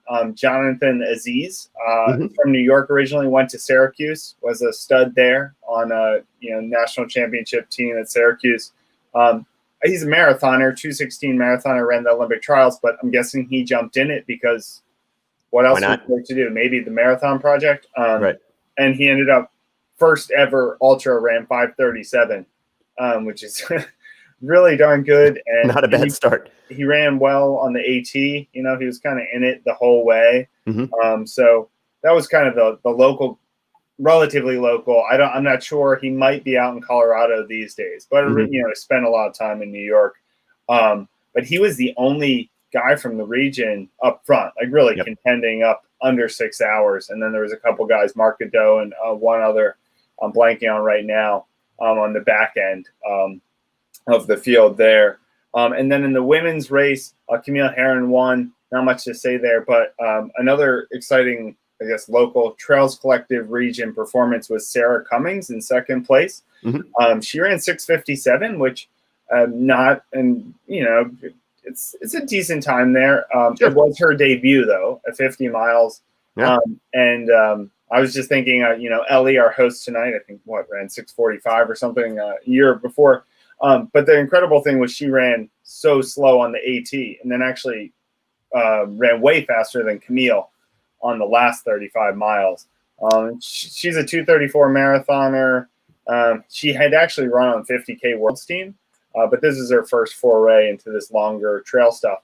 So maybe, I don't know, she's getting maybe so that's something. If she's outrunning Camille on basically the towpath and then the road section, that's something because nobody outruns Camille on the roads. I think I have my notes from when I did this for Ian. Yeah, she ran 2:44 on the AT, so she was 36 minutes behind Camille. Like, wow. I don't know if she turned an ankle or something. Like, she was like, wow. So she made 10 minutes up on Camille over the second 35 miles. Definitely just worth someone to, keep an eye on, moving forward. And then seventh place, Sarah Zambati from Pennsylvania. But, there wasn't much, local in our region at all. Even down from that area, down in the, Virginia, Maryland, so forth, or, southern PA area. So, I think that pretty much covers it for Jake. A couple other races we just wanted to touch on and talk about some great performances. The Hellgate 100, which was held earlier this month, one of Dave Horton's races down in Virginia. Long time classic race, very challenging. Night start, I think a midnight start, which most people hate. That really sounds awesome to me. But we had course records on both the men's and the women's side from folks. One of whom is in our region, the men's winner, Michael Dubova, who's been a long time Northeastern trail runner, winning in 10:16 on nearly 30-minute margin of victory and setting a course record there. And then Leah Yingling, I almost said Yingling or something. I don't know what I was about to say. But anyway, Leah Yingling from Utah, I think is where Leah's from, came out and ran 12:07 for about a 15-minute margin over Rachel Spalding. Both of them setting course records at Hellgate, which is, that's cool to see. Hellgate's one that's been kind of in the back of my mind. I think I'm a little scared of it and a little scared of, like I said, I love the idea of a night start. I'm a little scared of the technicality of that course, but it sounds really cool. And that race has been around forever. Seeing those guys take down course records there is cool. Yeah, and convincingly did it. I was reading the race report for David Horton, and it sounds like Dubova crushed the second half. And then, they did have good weather, favorable conditions this year. But what got me was on the women's side, the top three broke the course record, and the course record was held by Amy Sproston. Right. So, legit. The race has been going, but also, she's one of the top women historically in, ultra trail running. To have 3 women go under it, really phenomenal day. And Horton had said that too, more on the women's side, that he thought they got a little bit stronger field because there was, fewer races with COVID and so forth. So yeah, definitely Hellgate was noteworthy, to say the least. Little closer to home, New York region, 2 shorter distance trail races that we wanted to touch on, 2 races that followers of the Trails Collective and Red Newt Racing are probably familiar with, and that was Cat's Tail and Breakneck Point. You want to tell us about Breakneck? Breakneck this year, particularly on the men's side, David Hedges, young guy who's kind of in and out of the region. I don't know if he's based anywhere, to be honest, but I know he spent time in somewhere. Yeah, just from his Strava, it's like new location.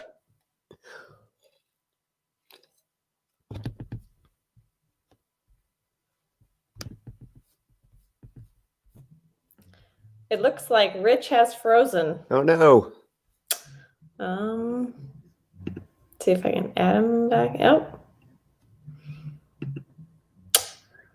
Well, I can tell you about David Hedges because I interviewed him. He's at Cornell right now, grad student, but he also, I think he's actually in Colorado right now.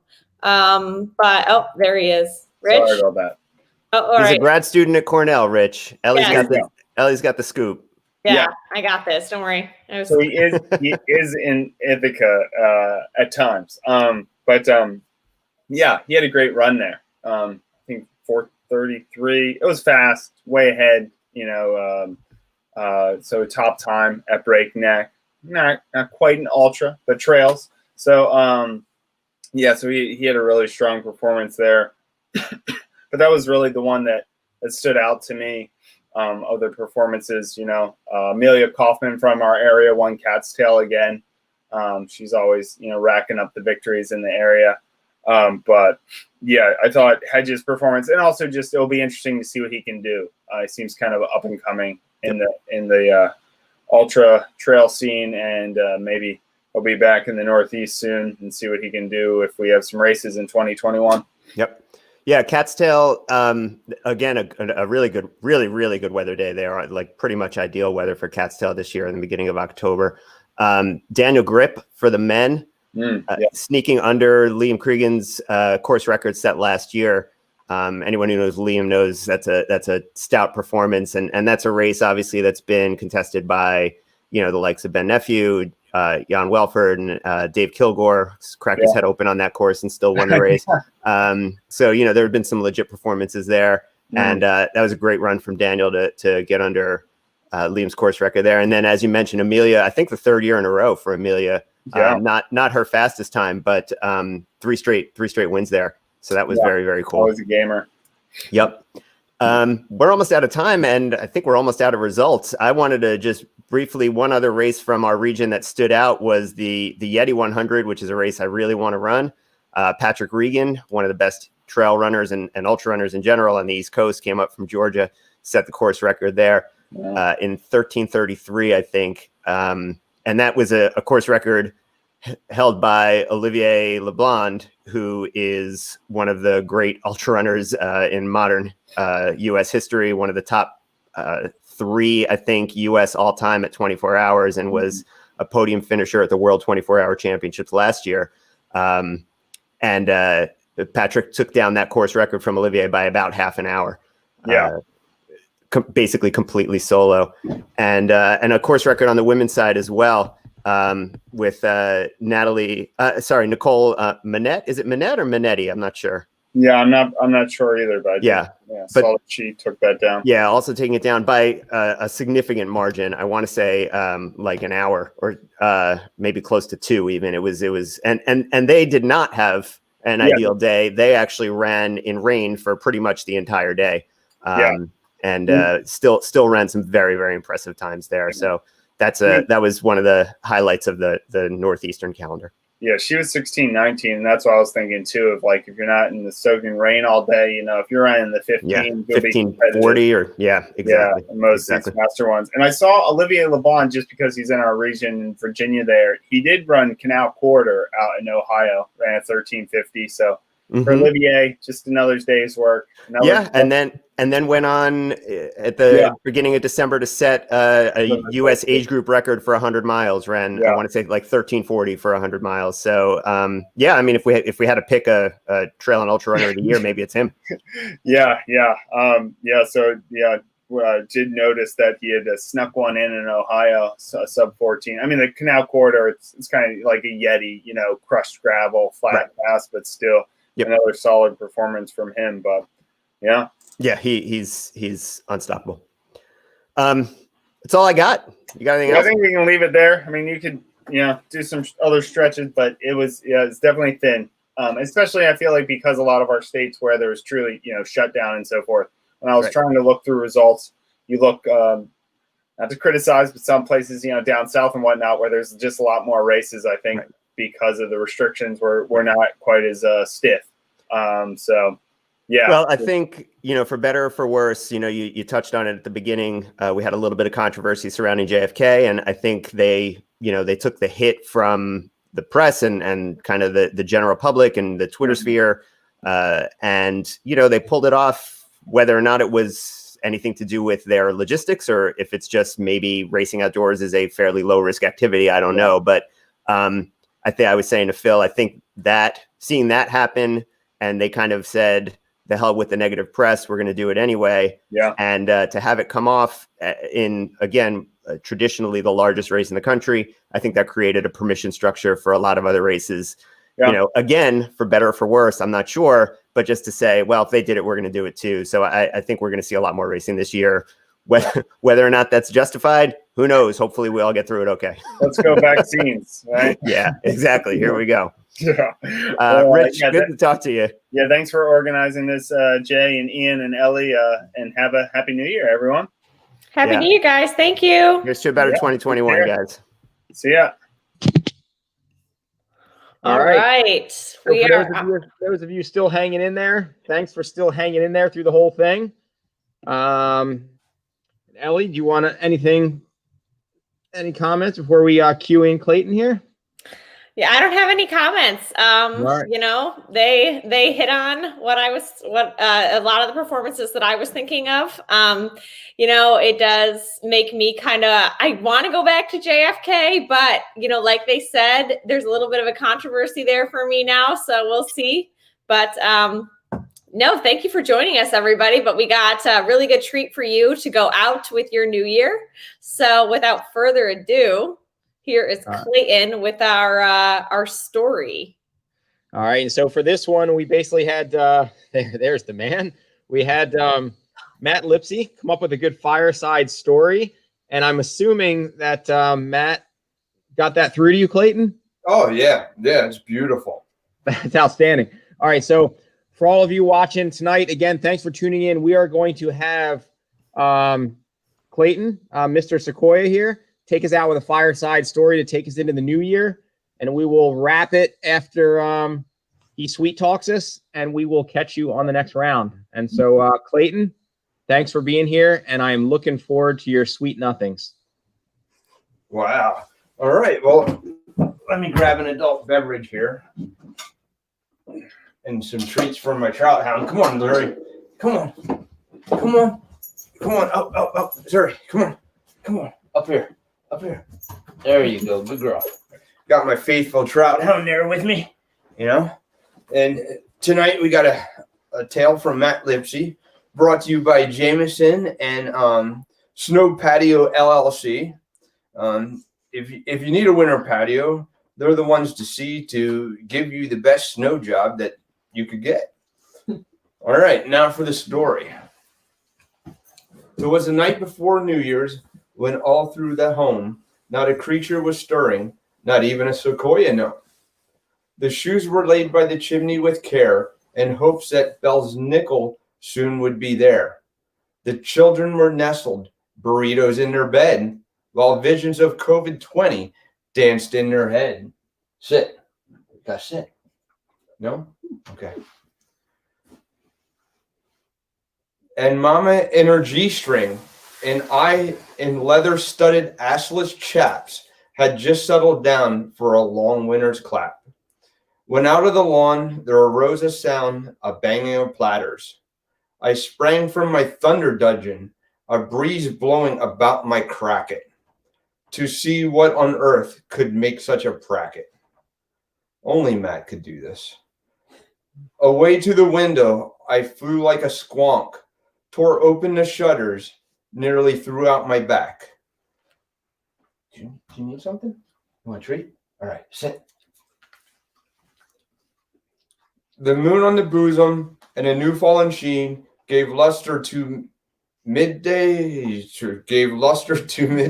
to objects previously heard but unseen. When what to my wondering eyes should appear but a crazy old man and about 20 trash pandas.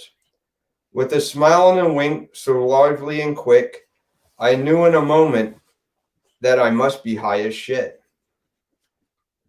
More rapid than beagles, on rabbits his concourse they came, and he whistled and screeched and bellied their names. Now Thrasher, now Ulysses, now Susan and Rascal. On Roscoe, on Stupid, and Moron, and Dipshit. To the top of the porch, to the top of the wall, they came like demons for my hot dogs. Quick as a flash, I threw on the switch, and the lights over the lawn made everything so lit. They scurried and scuttled, they ran for the woods, they dashed away, like I knew they surely would. Yeah. So up in the house, top of the varmints they flew, with smiles full of teeth and garbage from the receptacles too. And then in a twinkling, I heard to the top the prailing and slapping of 80 gabby paws. As I drew in my dome and I was turning away, down the chimney a fat raccoon bounced and made himself sit to stay. He was matted with fur from head to his tail, and his clothes were all tarnished with browns, blacks, and grays. A bundle of dog food he had flung on his back, and he looked like a greedy hoarder claiming things for his own. His eyes, how they twinkled, and his jowls stretched wide in a grin. I knew this wasn't the last time I'd see him again. His true little snooter was drawn up in a snoot, and his beard as a chin was white as his boots. A stump of a pipe had tightened in his teeth, a blaze which encircled his head like a fresh vaped queef. He had a mashed face and a little round belly that shook when he laughed like a righteous overstuffed teddy. Jesus Christ, Matt. He was chumbly and plump, a right jolly old proportion, and I laughed when I saw this mess, much too late for abortion. A wink of his retina and a twist of his neck. I don't know how he could pull off that move and not be found dead.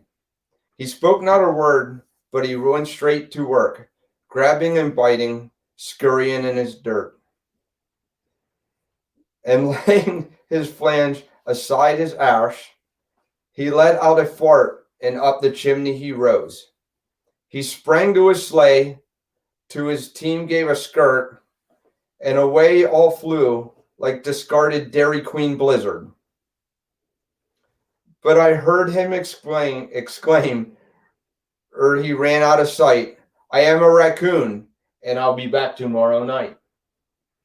And that concludes our fireside reading. Back to you guys. I have nothing to add. Happy New Year, everybody. Happy New Year. All right. Thank you, Clayton and Matt. Happy New Year, guys.